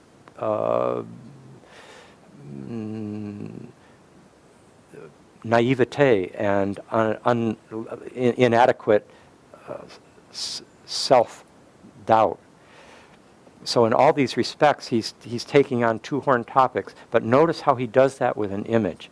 He just suddenly, over and over again, he gives these images that are very arresting. And you see this later where he does it with things like Mersenne, the black-robed, spider-like monk that is reaching out into with his tentacles out into or with his web out into the European intellectual world, and basically helping to bring about the mechanistic. See, he's sort of killing both of his enemies at once. This is Hillman, Christianity and science in one person, and he's able to do it by personifying him in this black robe, sort of inquisitorial like figure. It's remarkable. If you read Mersenne, it's kind of common. He can seem like a much less diabolical figure. He's kind of Cartesian and sort of, but Hillman does his magical magnifying of the shadow till all you see is the diabolical consequences of this literalist, monotheistic, concretized, positivistic, scientific outgrowth of Christian monotheism. So these images constantly help vivify the insights that Hillman wants us to grasp. He's a poet in that way. But after he's done both this, he's done soul, he's done archetype, that marvelous description of archetypes as the where he goes through all the metaphors for them. He's packing so much erudition in each sentence when he talks about how difficult it can be to grasp what archetypes are, because they are they're not a thing. They're a way of seeing things. They're the patterns of the deepest patterns of psychic functioning, as he puts it, the roots of the soul. But then watch what he does when he says, all ways of speaking of archetypes are translations from one metaphor to another. And then he starts giving some of the metaphors for describing them. Immaterial potentials of structure, like invisible crystals in solution, or forms in plants that suddenly show forth under certain conditions. Well, that's a Jungian metaphor, but it's one that is drawing from, like in the forms in plants, is straight out of Goethe's notion of archetype, and specifically using that term, archetype. While the invisible crystals in solution, that's something we see in our own day carried forward by Rupert Sheldrake and his notion of morphic fields. And then, this is again back to Hillman, they can be seen as patterns of instinctual behavior like those in animals that direct actions along unswerving paths. Well, that's coming out of Darwin, and it's coming out of Freud and the instincts. So he's rooting the Darwinian and Freudian instinctual recognition of unconscious shaping of human behavior and consciousness, and seeing that as allied with the archetype. And then he brings in, we see archetypes as being like the genres and topoi in literature. For example, comedy and tragedy. Comedy and tragedy are archetypal cosmoses. They have a certain, in a sense, comedy is ruled by Jupiter, tragedy is ruled by Saturn, the tragic perspective. And these are gods, these are cosmic perspectives, and they rule entire genres of literature. And when you are within that mode, there's a certain emotional and imaginative coherence to that entire genre's tradition that receives its character ultimately from an archetype. Then he brings in the recurring typicalities in history, like revolution, like the French Revolution is like the 1960s, that kind of archetypal parallel. The basic syndromes in psychiatry. So this is Hillman and Jung recognizing that beneath the obsessive-compulsive syndrome is a god, is an archetype. It's the Senex, it's Saturn. Order, everything's got its place, keeping things contained, safe, systematic, careful, controlling. The paradigmatic thought models in science. Here he's drawing on Thomas Kuhn and Kuhn's whole notion of paradigms, which is, like depth psychology, one of the key moves in the emergence of the postmodern. Once we start seeing all this comes out of Kant. Kant's the one who's, there's a certain point actually where, let's see, I think this is on, I want to give you the page, where he says, every notion in our mind, each perception of the world. Let me just see if I can get the exact, well, I'll just read it. Every notion it's in the preface, every notion in our mind, each perception of the world and sensation in ourselves must go through a psychic organization in order to happen at all. We never do an end run, like seeing something as it is in itself. Really, that's the way it really is in itself. I'm always seeing it through the psychic organization that permeates my experience, that has been affected by so many things, ranging from the paradigm within which I may be working as a scientist, and my religious upbringing, my psychological orientation in a million ways, my ethnic, gender, all sorts of things, class, everything's shaping that. That's all coming out of Kant. Kant is the one who recognizes the extent to which our seeming objectivity is being shaped at some fundamental level by our subjectivity, and that in fact you can't, and this is particularly becomes apparent in the course of the postmodern, it's the distinction between subject and object becomes increasingly problematized, to use a very typical postmodern word. Well, Kuhn does that. Thomas Kuhn, or Kuhn, K-U-H-N, of course. Structure of Scientific Revolutions, enormously significant work in modern intellectual history, 1962, Why? Because in a way that had never been done before, because most scientists had not taken in Kant. In a way that had never been done before, through very careful analysis of the history of science, Kuhn showed that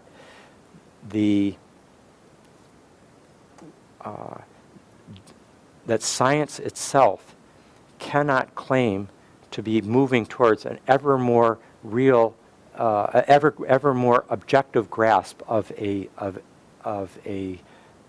external real truth, but that the very facts upon which we are building our theories are constituted by invisible paradigms that shape what we even can see, and that two scientists living in different scientific communities or in different eras are in some respect, in a fundamental respect, living in two different universes. And as soon as one starts seeing that we are always seeing through lenses, as it were, invisible contact lenses, which are the paradigm that we are that we've inherited from our scientific education. Thomas Kuhn said, the education of a physicist is not unlike the education that one would receive within dogmatic theology. And he was a conservative scholar in his own way. As soon as he makes that move, and Hillman is alluding to this when he makes this statement about the paradigmatic thought models of science, that these are like the archetypes, that relativizes science's claim to be the superior or perhaps exclusively valid mode of cognition in the modern era. It's an enormous move. It relativizes science's claims to superiority, and it becomes a much more complex relationship to truth, data. The whole history of science gets unpacked in a new way. So Kant, Jung, Hillman, Thomas Kuhn, they're all doing something very, very similar in serving this relativizing of the claims for objective knowledge that that the modern self can lay claim to.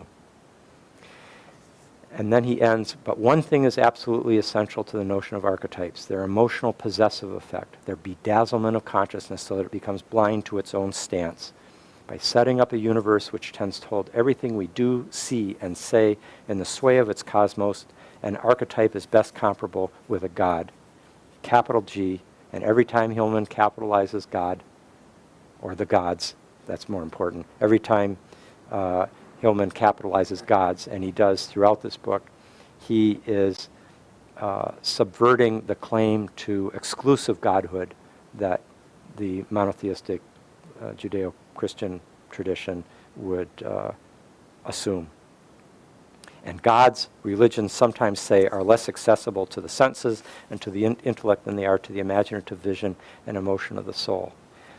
Now what Hillman does after having made these, from my point of view, remember, he's the one who brings in soul more or less single-handedly as a term into psychology in the 60s and 70s, and he illuminates it with these quite elegant and eloquent descriptions. And then he does the same thing with archetypes, probably as well as it had ever been done at that point for either of those terms. And then that turns out to be just his preface. That's just a kind of introduction before he's really going to stand up at the podium of the kind of Renaissance platform that he's about to ascend to give these four big lectures, these four parts of revisioning psychology.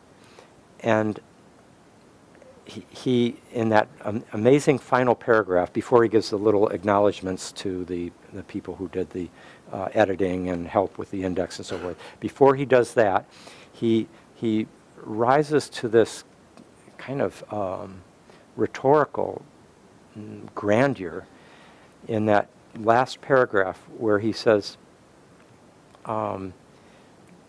why it is necessary to sally so far forth.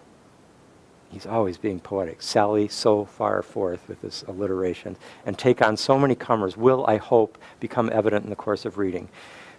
Psychology has no limits when it is true to the limitless soul that Heraclitus envisioned. But then watch what he does with this move where he's defining what he's not going to do. Although to revision psychology means that one must range widely, I have not gone east. I've not gone primitive. I've not gone animal or gone off into the future or on my own private inner voyage.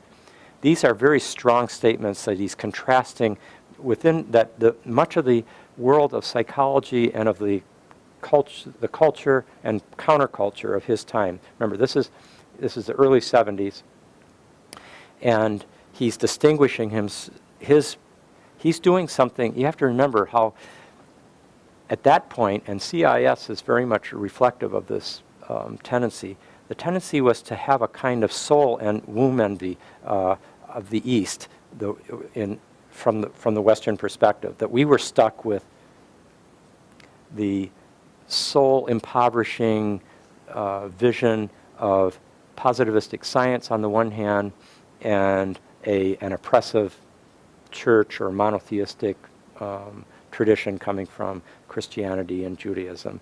And by contrast, the riches of Hinduism and Buddhism and Taoism seemed like by comparison, such a rich source of spiritual nourishment, a light out of the darkness that we were constricted by here. Esalen and CIS are two of the places, but that pervaded the whole counterculture. But Hillman says, I'm not going east. And also, I haven't gone primitive. This is his typical, he said he's not going to do indigenous, tribal, shamanic, but he puts it in a term that's slightly or even explicitly derogatory as a little way of saying, that's his rhetoric. Gone animal, okay, like Reichian bioenergetic release or something like that, or gone off into the future, or on my own private inner voyage, like the acid trippers or whatever. All this he's walling off, and instead he's going to like the high culture, imaginative, literary, spiritual, romantic, Renaissance, Greek tradition. Like that was a move that nobody was really doing back then. I mean, there were some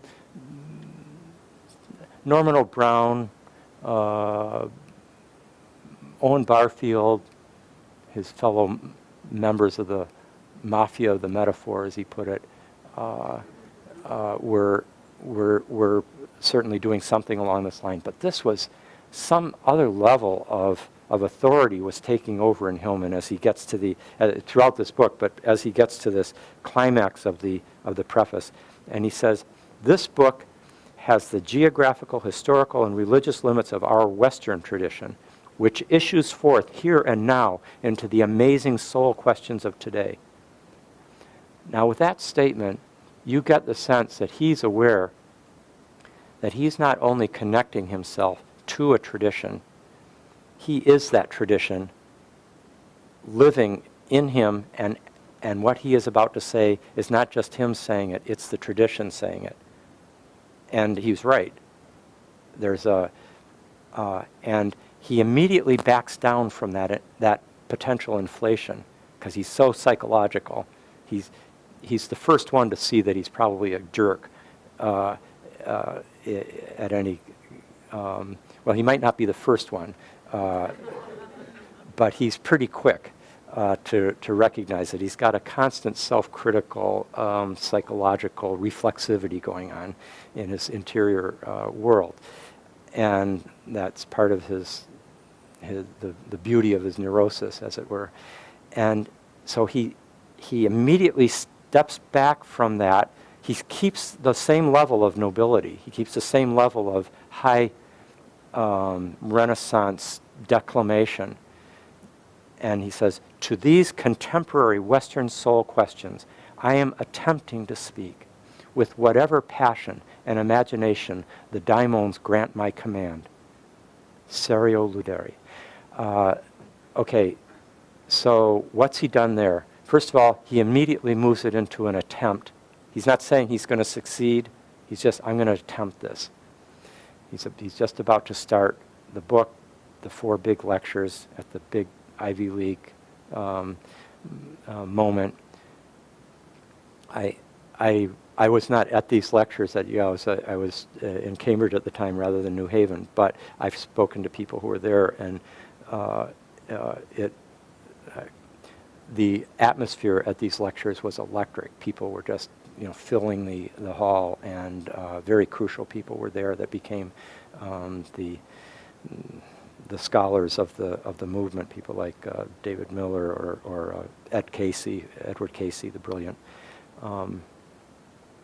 contemporary philosopher, and others. So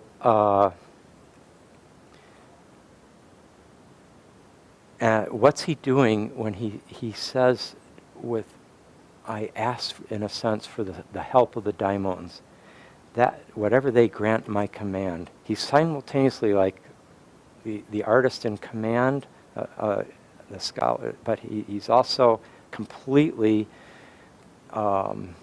dependent upon the invisibles. He places himself like in a almost prayerful relationship to the invisibles, and in doing that, he's doing what every great ancient poet did before they began reciting, like before Homer, before Hesiod begin their poem, they ask for the inspiration of the muses. And that's what he's done here. And then he says, serio ludere. That's to play seriously. Serio, seriously, ludo, I play. To play seriously. It's a Renaissance term, phrase, kind of like make haste slowly. That's another one, festina lente. Both of those are great examples of the Renaissance delight in wise opposites that are together. The juxtaposition, the meaningful juxtaposition of utter opposites becomes very profound and illuminating. And when he says that, he's harking back to, see, he's saying, this is very serious, but it's also, there's going to be a certain amount of playfulness here. There, the wit, the saying something that he'll take back a few sentences later. He's alluding to Plato's own. This is a tradition that goes back to Plato. The playful seriousness. You see it when Plato has set out this ultra serious metaphysical perspective, and then he tells a mythic story. He says, well, this or something very like it probably happened. I can't vouch for it being true, but then he sets it out in a kind of as if way. And so I want us, as we read this book, to take in that, I think, really noble quality with which Hillman, that paragraph there shows the level of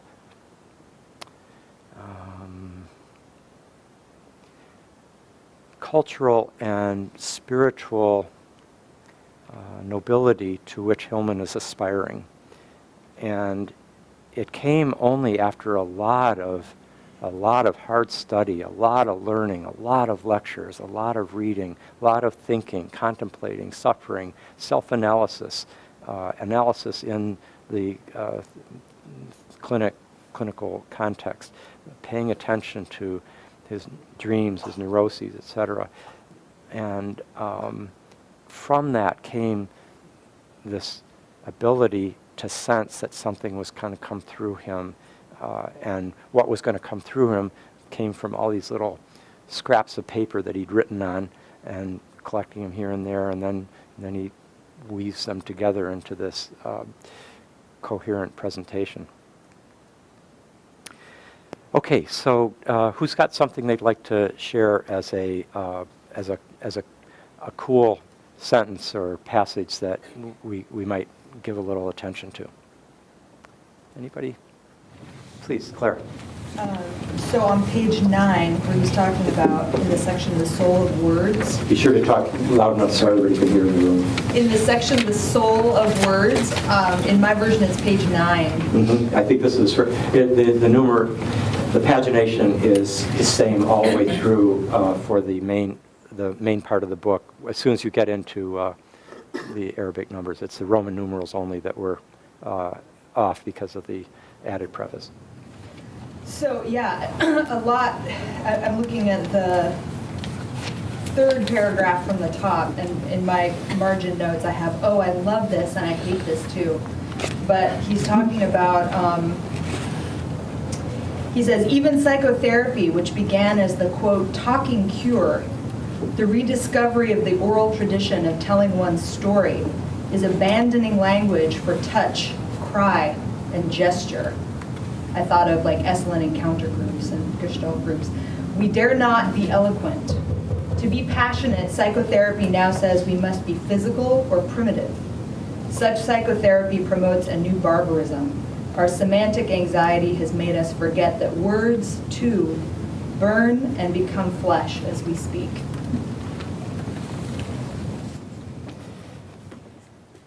That's a perfect Hillmanian passage, and your response to it, I think, is perfect too. It's, this is Hillman. He just that's so right on, and it's so problematic in another way.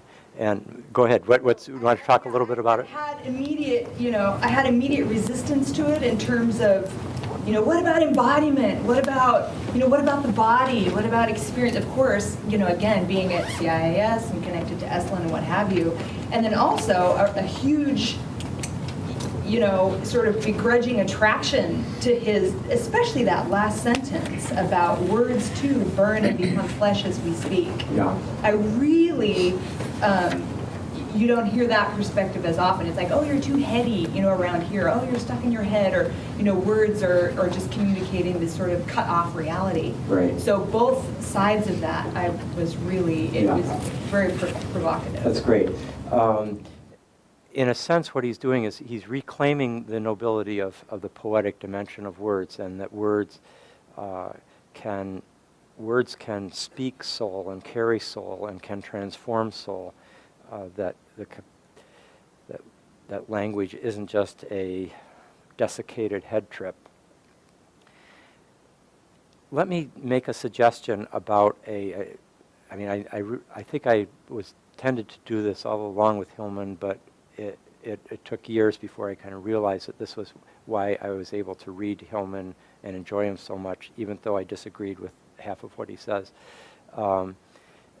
Often agreeing with the same sentence as well as disagreeing. I was able to tease it out by recognizing there's a great, very wise statement by the British philosopher John Stuart Mill, great empiricist and feminist and utilitarian philosopher. Anyway, he actually went through a breakdown at one point, and one of the things that kind of helped put himself back together again was his connecting with the great Romantic poets. And he wrote an essay on Coleridge, which is very fine. And in that essay, he says this one sentence, some of you may have seen, I've quoted it in another context, where Mill says, I'm paraphrasing, but it's pretty close to his exact words. He says, in all intellectual debates or philosophical debates, both sides, both parties, tend to be correct in what they affirm and wrong in what they deny. And if you think about the arguments between the parent and child, or between two lovers, or between, a thoughtful conservative and a thoughtful liberal. Often, they're both correct in what they're affirming in some ways, but there's a tendency that's very human and perhaps almost necessary to some extent, to empower one point by depriving the opposing point of view of some of its authenticity, repressing a certain validity in the other truth or in the other perspective. And in this case, watch how Hillman is, I think, rightly reclaiming the angelology of words, as he puts it, the nobility of language, the soul value of language and the talking cure, etc. Now, and at the same time, he takes all these other things that are happening within psychology and psychotherapy, which Esalen was a real kind of hotbed of and laboratory experiment, where Gestalt and Reichian bioenergetic work and embodied the focus on reconnecting with the body and on getting beyond just verbal exchange in a therapeutic context and getting into an experiential place where it might be pre-verbal, it might be subverbal, or certainly nonverbal. And you hear John Lennon singing Mother in that first song of his first solo album, and he moves into the primal scream that he'd been doing primal therapy with Arthur Janoff, and that represented a whole. I mean, if you walked through the garden there at Esalen at any given hour, you'd hear somebody, someplace, going through something very deep, where words no longer sufficed for what emotion they needed to come out. They might have been crying like a child. They might have been screaming in rage. And if that took over with a kind of authenticity that was beyond the control of the verbal ego, as it were, a potential for transformation and psychological healing was truly there. And Hillman is negating that possibility, partly I think because it's not something that he successfully explored. I don't think he knew it. And one day, around 1980, one of the first times he visited Esalen, and he and I were walking through the garden, and you could hear, he just talked about, he said, when I walk sometimes from my room and go by a meeting room, and I hear these, I think in this particular case, it was a group that was practicing some kind of getting in touch with the body and the feelings, and maybe doing some kind of group noise making that Hillman just thought was so, ludicrous and laughable. And he says, don't they know that this is what he said, he's like, the transformation of the soul, it comes from heaven down into the body. It comes from heaven into earth. It's like, as Plato said. And he said that, and then, a few years later, he's just saying, it's coming, it's like you got to be in the body and not go off into this sort of spiritual transcendent. He can play both sides depending on how he's feeling. But at that moment, I don't know if I mentioned this last week, I think I did, that he wrote that book called, co-wrote it, called We've Had 100 Years of Psychotherapy and the World's Getting Worse. That was the title. He and Michael Ventura wrote it.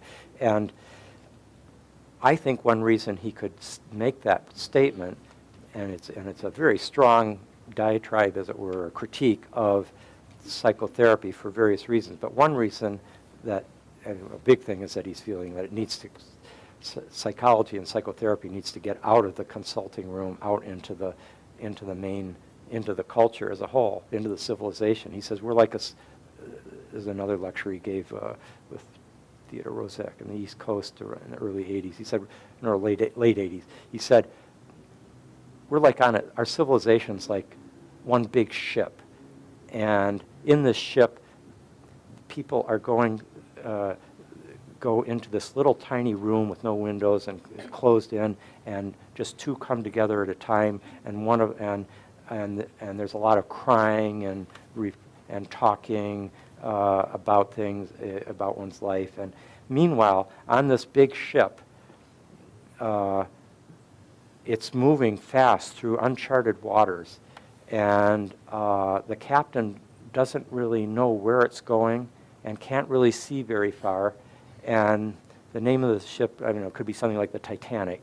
And meanwhile, psychology is focused on what's happening in these tiny little, encapsulated rooms where one person at a time is, talking about their troubles or crying about them or whatever. Now, see how he's caricaturing, but it's a very vivid image. And I think one reason the psychotherapy that he's talking about doesn't have that primordial, basically the kind of primal transformation that takes place in an ayahuasca journey, that takes place in shamanic rituals and rites of passage and death rebirth mysteries of the archaic era. And Hillman's kind of out of touch with that. What I urge us to do is to take this tremendous corrective because he's reacting to an equal one-sidedness on the parts of people who are saying, this is just, you guys are just doing head-tripping, like language, talking, getting a degree in college. This is all so, either narrow or oppressive or head-tripping and out of touch with where things really are. By that's a one-sidedness too. And so he reacts with a kind of one-sidedness that I think in the course of his life he tends to modify. So that's a superbly characteristic passage, and your response to it is really great too. You had your thought or a passage to share? Yeah. Yeah, I have a bunch, but I think the one I'm going to go with right now is on page 23, like 4 paragraphs down. Start. To live psychologically means to imagine things. To be in touch with the soul means to live in sensuous connection with fantasy. To be in soul is to experience the fantasy in all realities and the basic reality of fantasy. Which page were you on? 23. Oh, 23.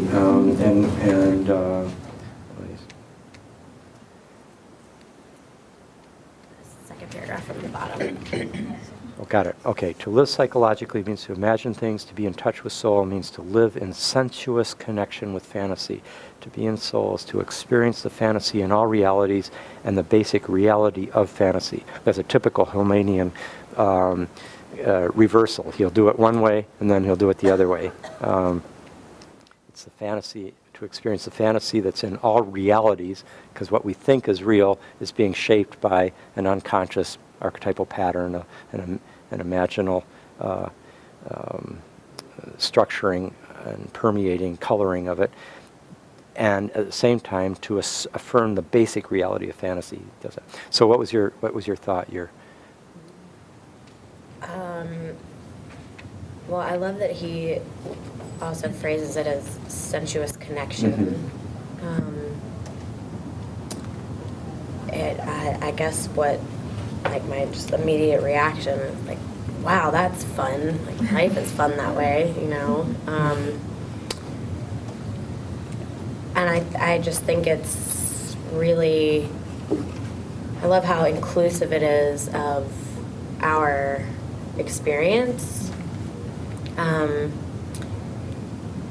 And I don't know, I've been kind of starting to do some dream work to a certain extent, and this has just kind of been a theme that's been coming up a lot, and how quick we are to discount aspects of our experience, especially in terms of image or the way that we frame things. And I feel like the more I cultivate awareness and kind of like an equanimity and the ability to notice how I conceptualize or imagine things, I mean, there's always this tendency to see that as, constructed and therefore devalue it. Right.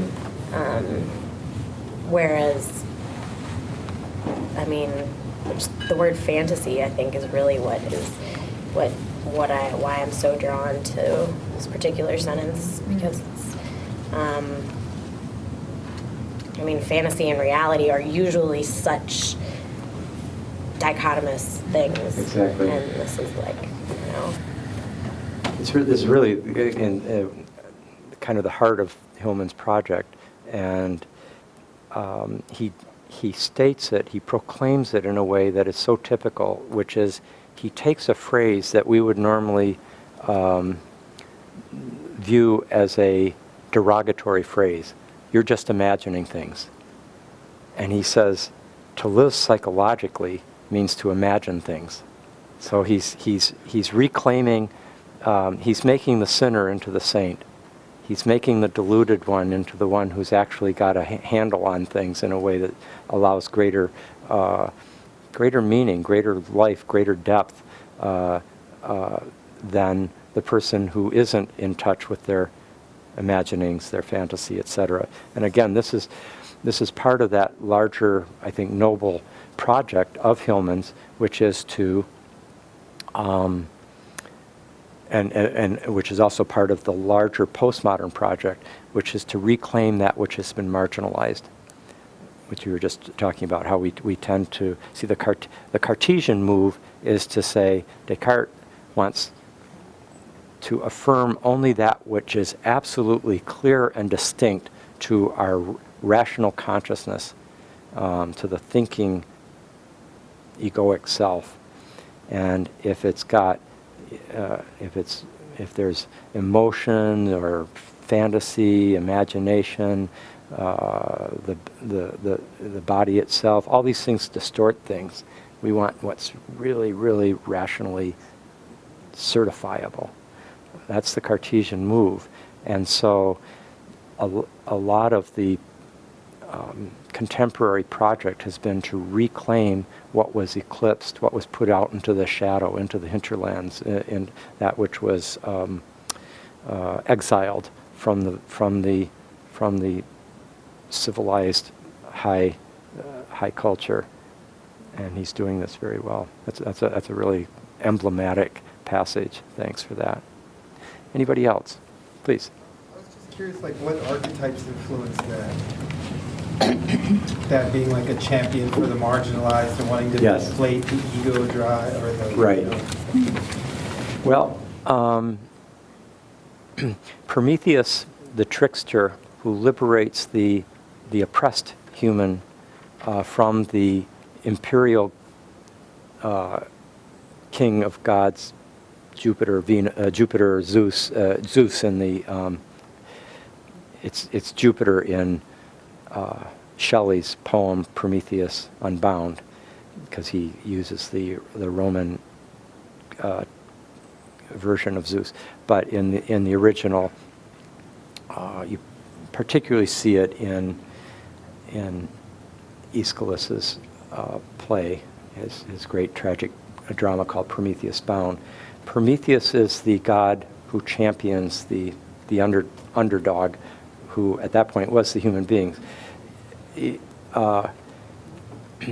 Robert Bella's wonderful book on religion, the evolution, religion and human evolution, he points out in his long chapter on Greece and Greek religion that the way the Greeks described the gods' relationship to human beings was kind of the way the aristocratic nobility looked with scorn on the lower classes or the subordinate culture that had been conquered. That kind of hierarchical despising or looking with either indifference or pity to the extent that they got any attention. That's kind of how the Greeks understood the gods' relationship to human beings in many ways. And Prometheus represents a crucial mythic figure who stands out, who steals the fire from the heavens, gives it to human beings to liberate them, and that's the beginning of civilization, etc. That's one, the Promethean trickster liberator, and you can see Prometheus is the god who, in some sense, is the god behind all liberators of the marginalized. Karl Marx said Prometheus is the noblest saint in the calendar of philosophy. So now there's others as well, other gods, other archetypal principles. In this particular one, here he's also affirming, the archetypal, psyche, the archetype of in the astrological universe of Neptune. Neptune as fantasy, Neptune as imagination, Neptune as that elusive soul life that could be just despised as being nothing but illusion, nothing but projections and irrelevant subjectivity. All that's the Neptunian dimension, and he's championing that. Well, either next time we come together or the one after, we'll see. I'll bring for sure Hillman's chart next time, and then we might talk about it that time, or I might do it the following one, so after people have had a chance to look at it. Not that I'll be expecting you to understand astrology, but many of you do, and it would be kind of ridiculous not to look at his chart, because virtually every part of his work is a vivid reflection of his birth chart, as he was the first to acknowledge. Please, Henry.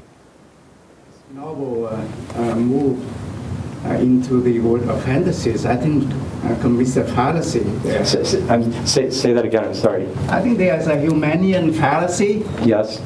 That is, by committing himself into making a move into elevating the fantasies, the imaginations, as a substituting for the concrete and the literal. Yeah. I think he tried to reconcile the actualities with the possibilities, and making possibilities and an easy way out of life. Because unpack that last part again. I think that's a weakness of the intellectual in general. You identify yourself with something that is out there, you cannot deal with it, and make it into a real, that is to bring you the possibilities, the potential, that is imagination and fantasies, into the light that is you cannot deal with it, and making it as an excuse. Let's see. I'm trying to, let's see, can anybody mediate or translate, please? Yeah, you're saying that Henry. by setting himself in the world of fantasy, he is leaving behind the world of the concrete or the reality, but because fantasies, you're classifying them as possibilities, the world of possibilities, of potentialities. But my response would be that something that you imagine is already become, it's a real thing, it's already beyond the world of potentiality or possibility. A fantasy is an actuality, something that exists. It's not a possibility anymore. I don't know. That's my reaction. Well, there's two ways I could go with that. And I'm very sympathetic to the idea that there are numerous Hillmanian fallacies, but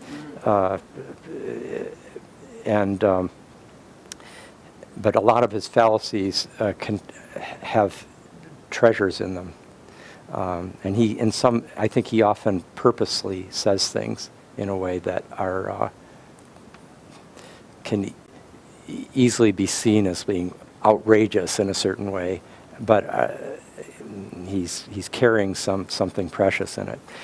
And in this case, in Josefina's kind of interpretation of what you said, if we look around our world right now, virtually everything that we live in today, in 2012, in San Francisco, this room, is the direct consequence of the imagination. Our cell phones, the building, the books, the concrete world. Virtually everything in our concrete world has been imagined at one point and has been moved from a possibility and a fantasy and a daydream into a concrete reality. So in one sense, we are living in last year's imagination. Okay, so that's one way of looking at it. Then the other way, which I think is where Josefina was going, is that fantasy is, in another respect, not just a possibility anymore. It's something has concressed. Something's moved from the realm of the potential into an actuality, but it's an actuality in the interior world. And Hillman's also, he's very decisive in urging us to pay attention to the specific way it concressed. I'm using that Whiteheadian term. The specific way it concretely came through in your dream. What exactly what was the color of the dress of the woman that was speaking to you? What was the tone of voice in the dream? Was the tiger hostile, or was it in a moment of repose? The specific quality of the image is all important, and so in some sense that's moved from a possibility into a concrete form. But there is, I think, I'd like to say in a similar spirit to your critique, that Hillman does have a tendency to dance around, like it's all fantasy, therefore I'm not going to get pinned down to anything, any ontological substantial reality, because that's just going to be another fantasy. And in some sense, he transcends that position as he keeps going, because he sees, for example, many things that are passionately important to him are very concrete, like the ecology of the earth, and so he starts championing the imagination, but in a new way. When we're reading Revisioning Psychology, to some extent, we are very much reading that significant period in Hillman's life and in archetypal psychology that was still somewhat subjectivistic. And he makes a move, which we'll see in the last reading that we're doing for the course, Anima Mundi, which came from a paper that he gave right here in San Francisco first, that Anima Mundi paper, where he makes the move into the soul of the world and a kind of metaphysical position that is much more tangible than this kind of committed intangibility and interiority that pervades this. And I think he could only have gotten there by going through this.